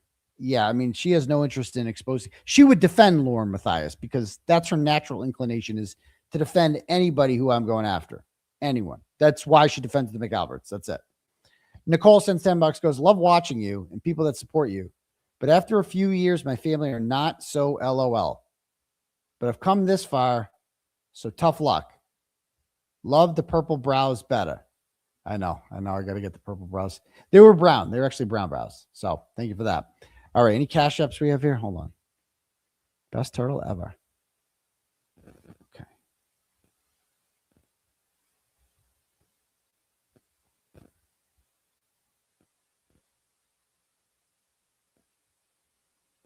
Julie sends $20, goes, Peter's performative Fitbit.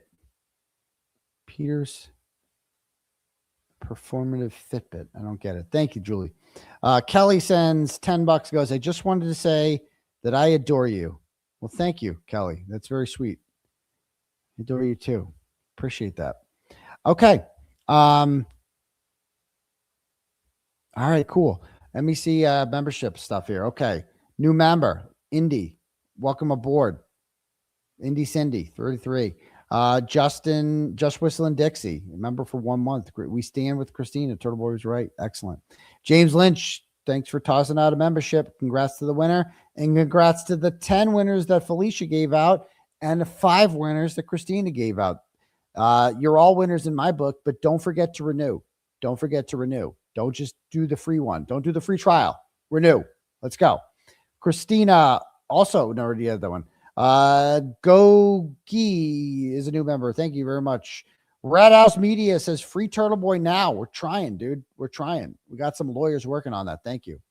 Mom of 4 Denise says, Daddy, we need the eyebrows, please. You got them. You got them. They're not my best. This one especially is annoying me. It should really be a bit more like, like a triangle. It's funnier that way, but yeah. The good Kimmy is a member for 3 months. Great to see you. Dr. Von Decay, okay, is a new YouTube member. Awesome. Lasor Jackie is a new member. Awesome. Welcome aboard. And the doctor, the new doctor, gave out 5 memberships. So she joined today and she gave 5 out. Awesome. Hey, y'all. Love you, Turtleboy, says Jen B, member for 9 months. Thank you. Unbanned Karen with Y says House defendants are going down. I hope so. Hope so.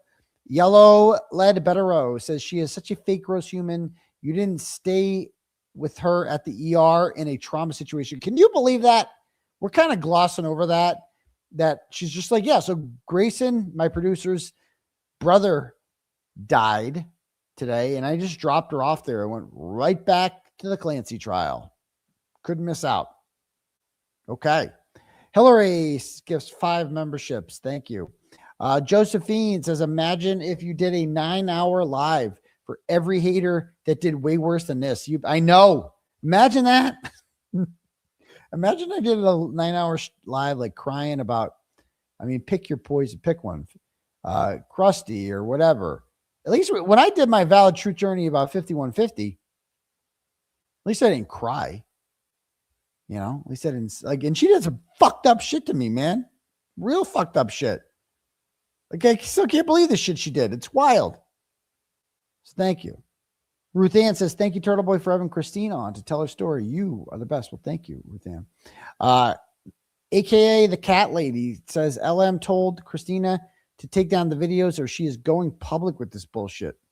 Yeah. That's extortion. Sounds like. Sparkly Rabbit, welcome aboard, dear. Great to have you. Long time no see. Thank you. The unbanned Karen tossing out 10. Congrats to the winners. Don't forget to renew. AZ Nature Chick says, best turtle ever. Thank you.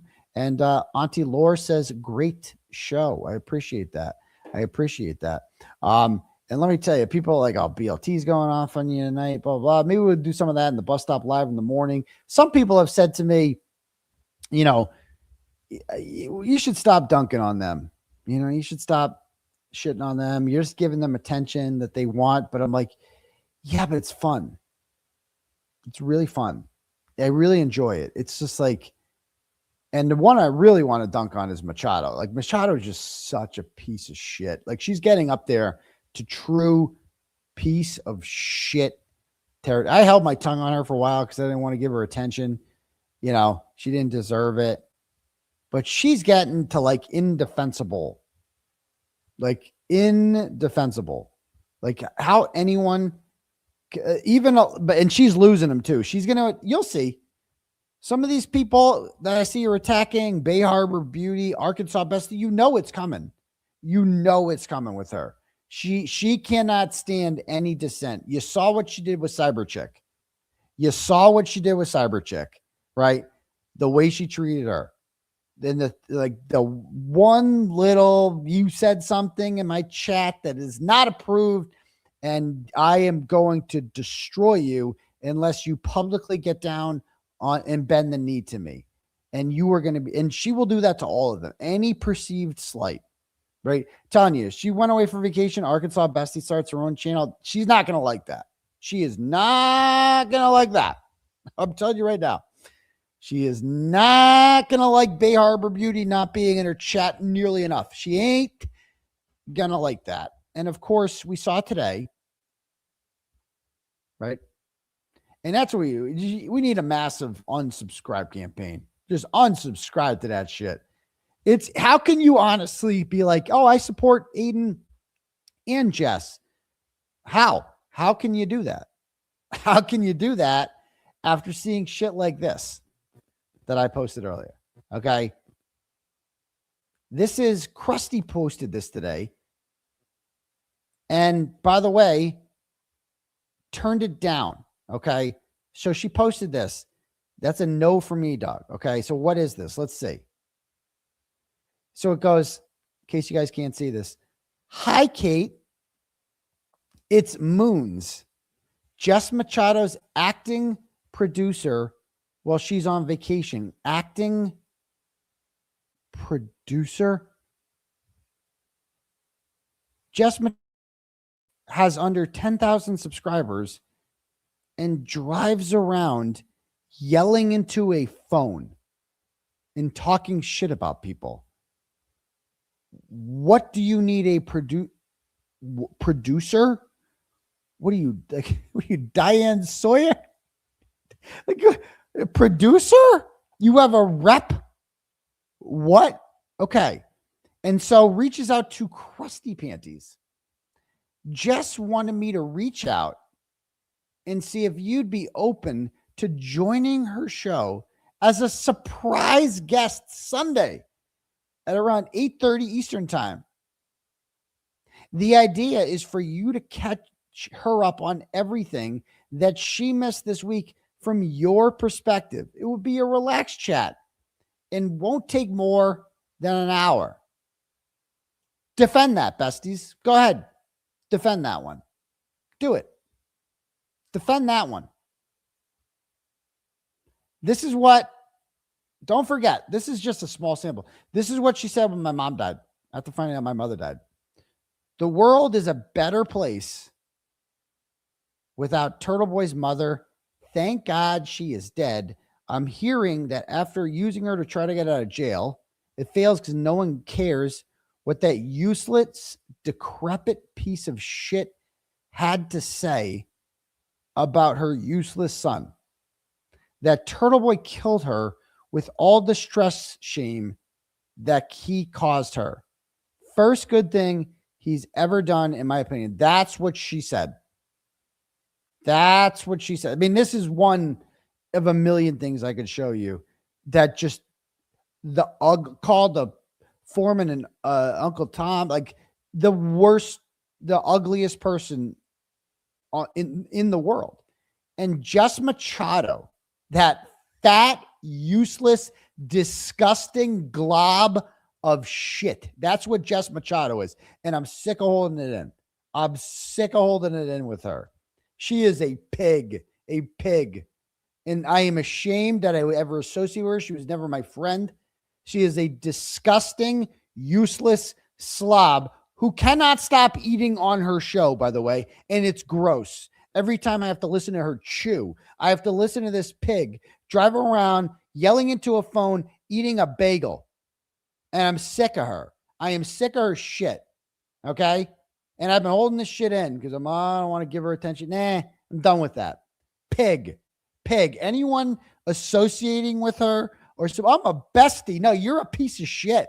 You're a piece of shit because you support this shit. This is what she's doing. She ain't hiding this shit. Look at, this is who she is. She's a garbage human being who couldn't pay her bills in September 2023. So she got her car repoed. That's who she is. Stop. Come on, man. Oh no, we're just getting started. We're just getting started. Turtleboy was right the whole time. Back in 2020, when I wrote that article, I was onto something. I was right. It was right. And a lot of the followers were pretty big supporters of mine and like, no, Turtleboy, you're just wrong. It's Baker's doing this and Baker's bad. How do you, okay, fine. Suppose Baker is the bad guy, which is not true at all. How do you defend this? How do you defend reaching out to Krusty Panties and saying, please keep this private, as Jess really wants your appearance to be a surprise? Krusty Panties, absolutely zero pressure if you have to say no. She completely understands. First of all, keep this private from the queen, who doesn't make anything private. Nothing is private with her. Nothing. Not like she shares every conversation ever. Okay? And this is the funniest thing Krusty's ever done, is share this and turn them down. Rejected. She got rejected by Krusty. Right? Zero. If you have any concerns about the validity of this message, you are more than welcome to message Jess directly to confirm it's really us. Let me know what you think. Thanks, Kate, Moons, Amanda. And then you got turned down by Krusty, bro. Krusty. That's where she's at right now. How'd that turn out? And by the way, all this for J7. That's it. She did all this because she's like, and because she couldn't get over the fact that Baker didn't like her show. That's it. That's all I said about her. Is I think your show sucks, because it does. Her show is objectively horrible. Like, it's not a show. It's a woman driving around yelling into a phone about how great she is. That's it. So there we go. There we go. And now they're all going to take her on and, oh, I don't care about, she never cared about anything. Done. Garbage. She's like, why did he call Nurse Kim and try to mend things with her, but not me? Because I wanted to mend things with her. I don't want to mend things with Jess. I don't want to be like, she sucks. I don't like her. I don't want to be associated with her. She's a horrible, disgusting pig. End of story. That's what she is. And I'm sure she's sitting there in vacation. Oh, she'll get mad about this one. What's she going to do about it? Nothing. She can do nothing. She's going to go back and yell into her phone and eat another Asiago bagel. That's what she's going to do. What she always, oh, he's so mean to me. Bitch, you're the fucking meanest person on the internet. You are the mean. And you know what we need to do? We need to go back and review. We need to do a review of the exit interview, because we need to review that again. I think we need to review that again. That's what we're going to do. Not right now, obviously. It's past midnight. But we need to do that sometime. We need to go back and do a full petty stream where we review the exit interview and then compare it to the shit she talks when she's not in front of me. The shit she says when I'm not around, right? And she's just on her thing. Aidan talking all that shit. And then she gets up to me face to face and she's Jen McCabe in trial 2. Prozac, Justice Machado. Okay, I see what she's doing. Anyway, there's that. All right, let me see if there's any more turtle chats. Okay. All right. I think we're good with turtle chats. Okay. All right. Anyone else got anything to say? How long for TB? Oh, she's already got TBDS. She's way over that. How long until Karen's guilty? That's the real question. Then you're like full on it. Yeah, we're gonna review that. We're burning this shit to the ground because I didn't want to do this there. She I don't like her. I just don't like her. I did like her because maybe I look past all the flaws. You know, I look past the obvious red flags that I really should have seen, because when people are nice to me, that's my weakness. People are nice. She was nice to me. Kind of. You know? We need to go back and read. Let me just read my December. Hold on. I want to go back and read a couple messages first with you before we end this. Okay.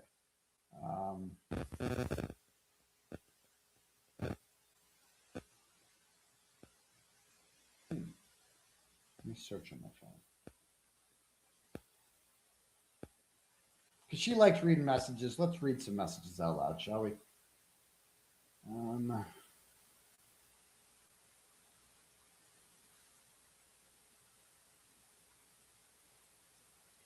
Okay.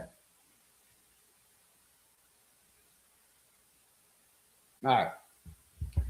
So this is back. This is December 16th of 2025. And I'm dealing with tons of shit from 5150. This is back when she was posting Bettero's text messages and just causing me all sorts of stress. And she knew, and it's just like, and Machado's going on her streams reading my conversations daily. She falsely reported that Bettero quit. Didn't appreciate that. And let me see. Let's see when I was on. Let me search for this in my phone so I can just read the whole message.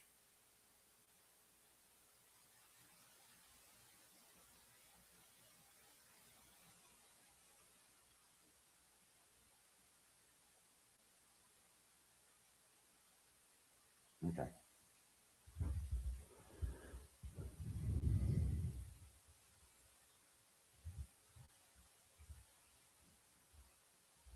So this is December 15th. After Bettero made a post being like, I have not quit. This is misinformation. She gets mad at me about that. Just for the record, you told me Bettero was done. Nope, didn't. I never posted it, never talked about it. Yes, you did. I went away with my husband for the weekend. I came home and I saw Meredith's post about you calling her and assumed you told her what you told me. So she got her news from Meredith that Bettero quit, which is untrue. And she's like, that's good enough for me. And she reports the same thing. I talked about it this morning for 7 minutes and I corrected it in the moment. Remember, she got called out like in the moment after you spoke about it. At this point, then like, remember Lindsey Clancy was going at her and she's like, I'm not sure what Lindsay's talking about, but I have zero idea why this woman is coming at me again. Unless you're telling her to. Why the fuck would I do that? At this point, if you're talking to me, I will assume whatever you are saying is a lie. I have never experienced anything like what I am seeing here. And for the record, being a friend is a two-way street. And I go, yes, I tried calling you. I did not send anyone after you. In fact, I tried my best not to, like, to try to alleviate, to calm the waters. I go, but you're right. Being a friend is a two-way street. And part of being a friend means not repeating what I told you in our private conversations. I didn't tell Meredith that. Much like I didn't say 95% of the things that she claimed I said when I reached out to her and pleaded with her to stop posting privileged convos.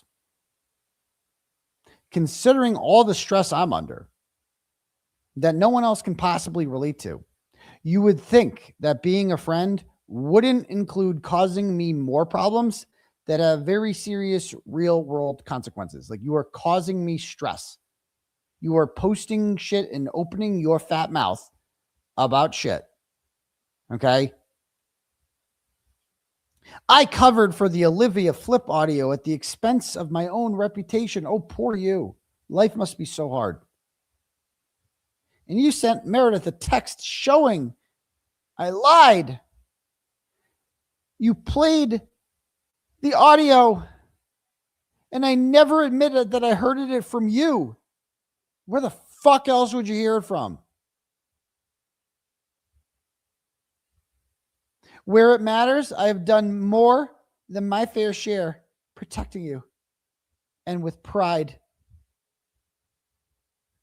I remember when we first started talking, you told me you didn't have anyone who didn't tell you what you needed to hear in bad times, and I believed you, so I stick around in case you need me for that.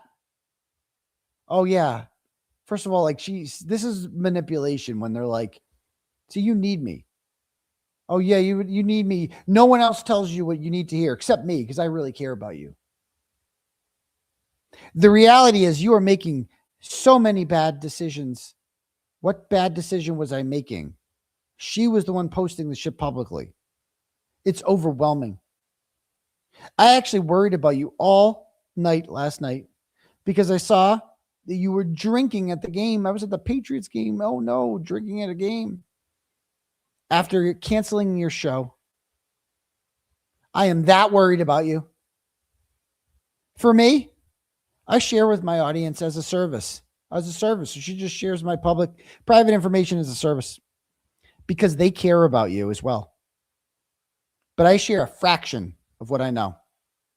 And it is far less than you share with people that you can't even trust, who share it all over the internet. So you share other shit, other people betray you. Why not me? Get off the internet. Take up a hobby. Go volunteer somewhere to balance it all out. I have a really interesting story I'm working on. If you want it, I'll give it to you to keep you busy. I'm not perfect, and I'm trying to find my place in all this. I apologize for not always getting it right. I care about you. I worry about you. Okay. Then I go, Yeah, you're not facing 90 years in jail. Your stress and my stress are not the same. And you constantly discussing our private conversations on your stream like it's gossip and not my life on the line is extra stress I don't need. I'm just asking her to stop. Stop saying my private conversations, please. She goes, got it. For what it's worth, Aidan, you certainly don't act like a man facing 90 years in jail. If you don't take it seriously, I'm not sure why you expect anyone else to. So it's okay if I post your private shit because you don't take your shit seriously. I go, I take it very seriously. I went to jail for 60 days. I take it quite seriously. When I was on bail, when you were on bail, I didn't leave my house. I stayed off the internet. I talked to my friends in person. You are all over the place. You don't protect your shit. You do dumb shit with women and you act like it's no big deal. What are you talking about? What does that have to do with you posting my private conversations on the internet? I said, calling Meredith was a I called her like on December 13th and begged her to stop. I'm like, can you stop posting all of my better row messages? Can you win? You win. I took all the streams down about her. I took everything down. And she was like, fuck you. I'm going to keep doing it. Fuck you. And she recorded the whole conversation and then posted it later on. I go, calling Meredith was a last-ditch effort to get her to leave my attorneys alone. I attempted to appeal to her sense of empathy, but she has none. I go, and then so she doesn't respond. And then she goes on her show and she talks about our private conversations again. So December 16th, I text her. I go, literally nothing I say to you is private. You are just using me for content on your show. I literally asked you yesterday not to discuss our private conversations, and you responded by doing exactly that. Please stop. Like she did it again. And I'm like, please stop. Please stop. What's her response to that? You are such a mean person. That's her response to this. You are such a mean person. I go, are you going to address the fact that I asked you to stop talking about our private convos on your show? And then you went and did exactly that? Aidan, you don't care about me at all. That's what I really want to say. So she's not going to address it. I go, so you're not going to address it. Got it. I feel used, she says. I go, yeah, you did nothing wrong. You are literally using me for content. Many of my shows aren't about you. Many of them. I go, our private conversations are not content for your shows. This is not what you do to someone who you profess to care about.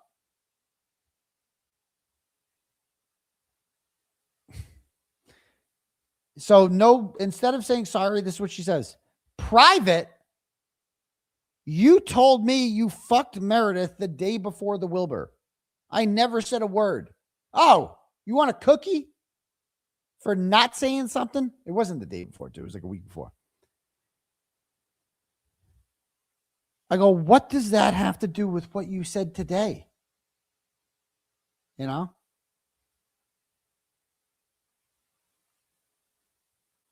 I go, that was a private conversation. I go, go ahead. Repeat this entire convo on your show. You know you're going to. And she goes, you threw me under the bus. Shared that text with Meredith. She showed everyone. Everyone saw I lied. You don't even care. It's beyond hurtful how little you care. I delete all our convos at the end of the day. I do not retain screenshots. Right. I go, you're not even addressing the violation of my trust. You are incapable of admitting wrongdoing. The word you're looking for is sorry. I won't do it again. That's it. Sorry for repeating our private conversations. Her response, you will never hear sorry from me. Oh, I know. I know that. I know I will never hear sorry from her. I go, I know you're not capable of that. Then she goes, all caps, You don't even know me. Okay. I feel like I do now. Then she goes a couple hours later, you can send everyone after me, but I want you to know that, wait till you hear this message. Okay. I have not sent anyone after her. I'm dealing with all this shit. You guys know the stress I'm under. She's supposed to be a friend. She is repeating our private conversations. I have asked her multiple times, stop doing that. It's causing problems. Can you please stop? Please stop. Please stop. I even said, please. She doesn't say, okay. It's just, you're being mean to me. You're so mean. You're mean to me. I didn't send anyone after her. I didn't talk shit about her, whatever. And then she sends me this message. Ready for this? You can send everyone after me. I'm not.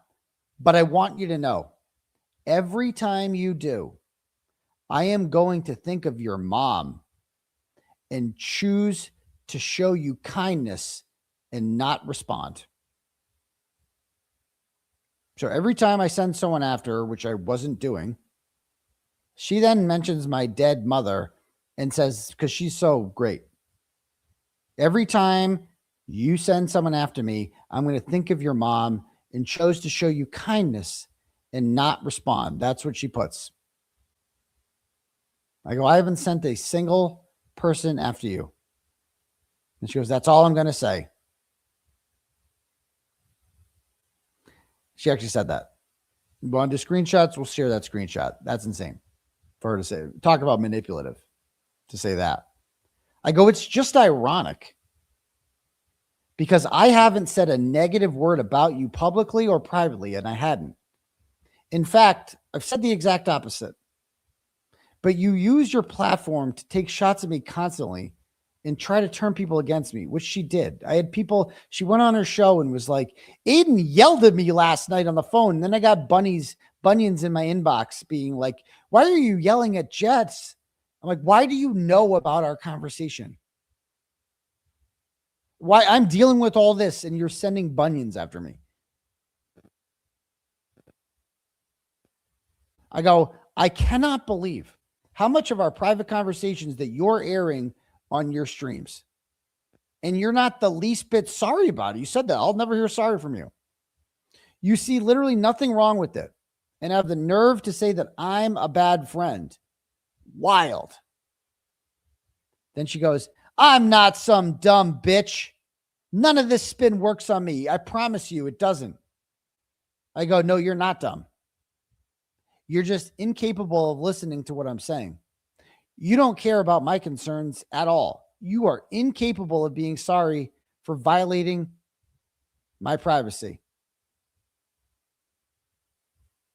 I go, you are constantly telling things I said to you in privacy and blasting it on your show. How do you not see what's wrong with that? Everyone does. I go, no one blasts. Everyone else does it, so it's okay if she does it because she's my friend. That's what friends do. I go, no one else blasts my private conversations on their shows. I have asked you to stop. I spoke to you as an alleged friend, and you decided to turn that private conversation into content. Which part? I go, how do you not see what's wrong with that? She goes, what private part is the thing that has so upset you? I go, Betero, you're talking about my lawyer, okay? That is not your story to tell. He goes, it was all over by the time I elaborated on it. So it's okay she spread a lie because somebody else did it first. I go, it was an unconfirmed rumor that you reported on as truth by Meredith. I didn't even post it.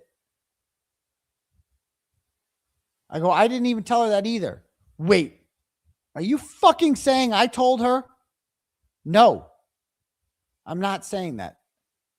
She printed a lie. That was not true. There's a live stream going on right now where all your friends are lying about me, doing all your dirty work. Save it. No one does my dirty work. I don't care. I have no idea what you're talking about. Again, I'm facing life in jail. I don't know what any of this means. Anybody who's not like, okay, my bad, Aidan. I don't need to cause you any more stress. Is not a friend. This is not a friend. And I go, obviously, I can't talk to you moving forward. I am nothing but content for you. I am someone whose private conversations you can use to blast to your followers and cause me more problems. You don't give a shit about the real world harm that it causes me. It doesn't bother you in the least. I'm not even a person to you. I'm just content. And that's true. I'm just something she could talk about on a show. Then she goes, and this is her, ready for this response? Aidan. And so instead of any self-reflection or like, okay, my bad. Or like, I promise I won't talk about our private conversations anymore on the show. That's a really easy one to say. I get this. Aidan, you wrote a story about me, and for one day, I thought about killing myself. So instead of that's emotional manipulation, folks, I tell her a very serious issue I have. I'm like, can you please stop repeating our conversations? You made me want to kill myself 6 years ago. I can do whatever I want. She goes, I prayed about that. You ready for this? Ready for this one, folks?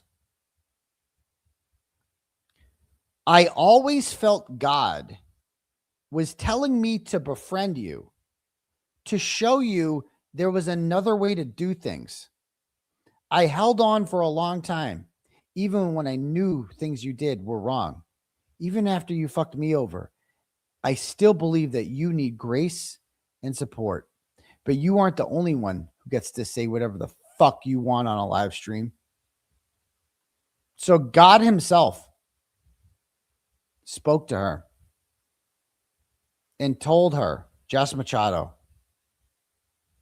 you need to be friends with Aidan and show him there's another way to do things. And you need to, even though you're a horrible person and just a bad friend, and she's a great friend, and God's literally speaking to her and telling her to befriend me. That's what she said. So she's mentioned my dead mother and God. She speaks to both of them, and they've both told her to befriend me and watch over me because I am nothing without Jess Machado. Then she goes, and for what it's worth, my inbox is full of your supporters who love you, but agree with everything I said. Oh, good. So you're turning people against me. Great. Thanks. They go, okay, so you're turning people against me. Not at all. That's what you just described. I go, I have dozens of people in my inbox pointing out who fucked up, and violating it is for you. I don't even know what I'm saying here. And violating it is for you to take our private convos and turn them into content. You refuse to even acknowledge that. I go, and this part about the God thing, I go, this is some condescending bullshit. God told you to befriend me because you alone can guide me in the right direction? Jesus Christ. Then she goes, you skipped right over the part of me wanting to kill myself. Let's talk about that. What about me wanting to kill myself? Let's talk about that, because then I have the moral high ground. You're a bad person. You made me want to kill myself 6 years ago. I go, no, I saw that. I'm sorry that you wanted to kill yourself when that article came out several years ago. I've offered to take it down many times, and you've said no.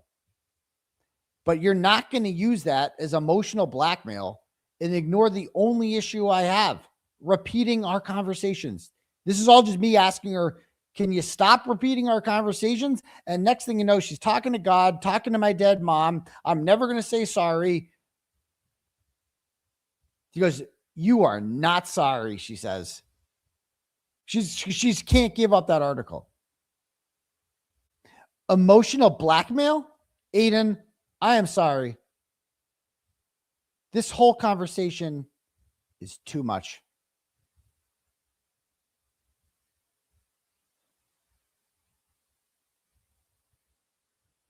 And yeah, and then we don't talk for a bit.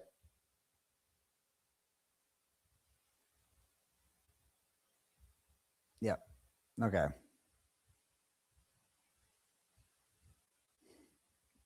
Then December 18th, she writes, Kim's post about me is wrong. It's terrible. You caused all of this with these audios. Recording Karen. Asking me to leak the flip audio. All of this shit is because of your stupid choices. I really hope you change your behavior so you stop indirectly hurting people who care about you. She cares so much about me and I'm hurting her. I go, I'm sorry. I didn't mean to hurt you. You do not need to do the things you do. Real friends don't need screenshots or recordings. If you talk to Kim, let her know I am willing to move past this for the greater good. She's such a great person. Just tell Kim, I'll look past this. I'll forgive her. I go, I'm sorry for all the trouble that I've caused others as a result of my shitty life choices. I will believe you will find your way out of this whole phase and come out on top. And then finally, I'm sorry for sharing our convos with followers. I can still talk about important things without any of that. I go, thanks. That was really my only issue. Okay. And then she sends me the next day a screenshot of Jen Altman saying, I will be discussing Jess Machado and telling the real truth about her on Ray from Dallas on Monday. I've had enough of this disgusting excuse of a mother and a woman, and I'm going to tell everything about her. I know you'll be listening, Jessica. She screenshots that and sends it to me and then goes, if she discusses my children, husband, or family, I will never speak to you again. That's my fault.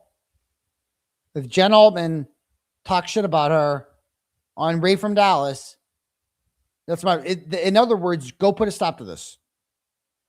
I'm dealing with so much shit. Real world shit. This is back when the New Jersey chick is trying to get an order on me and I got fucking like bail revocation. I don't even know. Everything's going on. And she's like, but Jen Altman's going to be talk shit. And if she does, I'm never speaking to you again. So go control Jen Altman. That's what she's saying. Go put Jen Altman on a leash. Okay.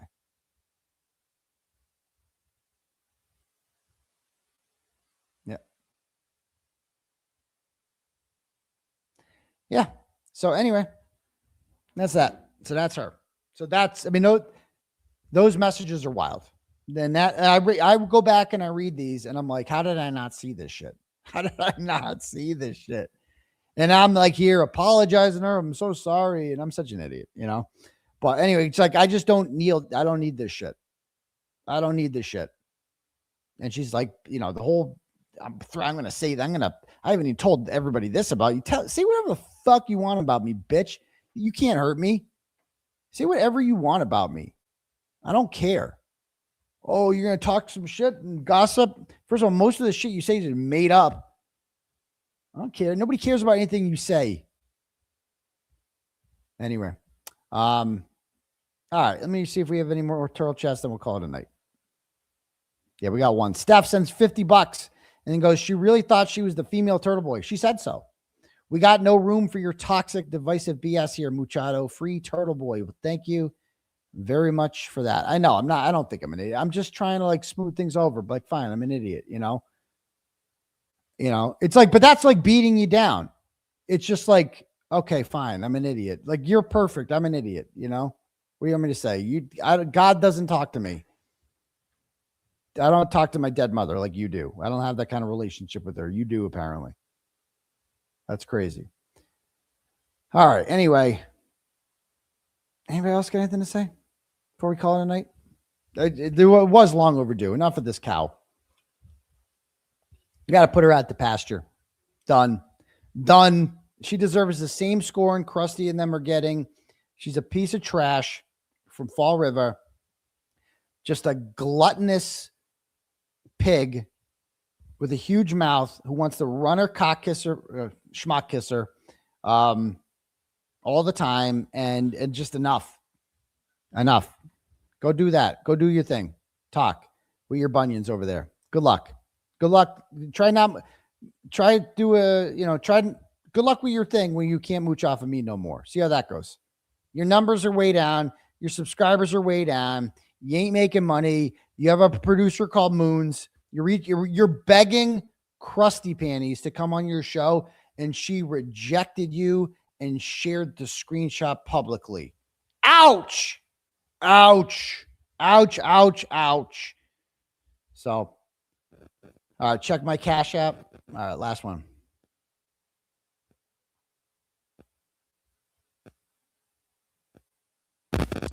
Naomi sends $5 and goes, your eyebrows are on fleek tonight. Well, thank you. That's what the kids are calling them, on fleek. Okay. And new members here too. A couple of more. Tortoise Interference. Loved that for Christina. Free Turtleboy along with the 1A. Great streaming interview on Covert to Overt. Yeah, go check that out. Everyone be sure to check it out. Don't stop. I'll be sharing that tomorrow.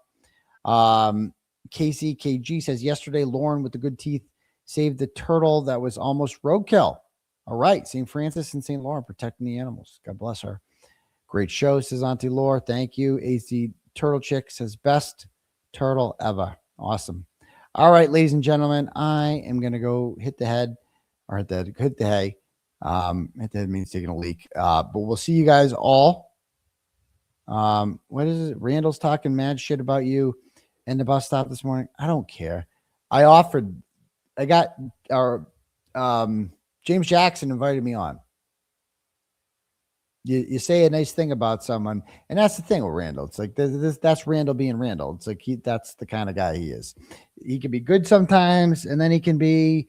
That's what I mean. He's like, you can't ever trust someone like Randall. Like, would I talk to him? Sure, but if he wants to be immature and do it that way, go ahead. I don't give a shit. Good luck. So people actually watch me. That's the thing about me is people actually watch me. So anyway, I'm out of here, guys. We'll see y'all for the next episode of the Bus Stop Live in the morning. Sex call tomorrow. All right. Peace to your bump grease. Outie and brush your teeth. Tick, tick, tick, tick, boom. Tick, tick, tick, tick, tick, tick, tick, boom. Tick, tick, tick, tick, tick, tick, boom. Pressure build, detonate. Tick, boom. Too late now, can't moderate. Tick, boom. Just give me flash. Let's go. Tick, boom. Everybody talking, nobody compose. You should have just let me be, but nah, you knew what I do. Who I am. You know who I am. Tick, tick, tick. Bobbing and weaving where you telegraph hate. Flash bows pop every time I breathe. Whole world watching. Enjoy no front row seats. Say my name, watch the algorithm screen. Turtleboy! You drama sales on the fumes of my pike tails. Free clickbait for all the mirror ultimate. Bum for town clownies. Better all town clownies in the cheap seats. I built this house, you built noise, I built proof. Woo! Time to raise this roof. Time to expose the hard truth. Now the spotlight stuck on you. Oh, po baby boo. Tick, tick, tick, boom. Truth hit the wrong. Stand clear. Tick, boom. Funny now, they fear. Tick, boom. Flash bulbs, no escape. Tick,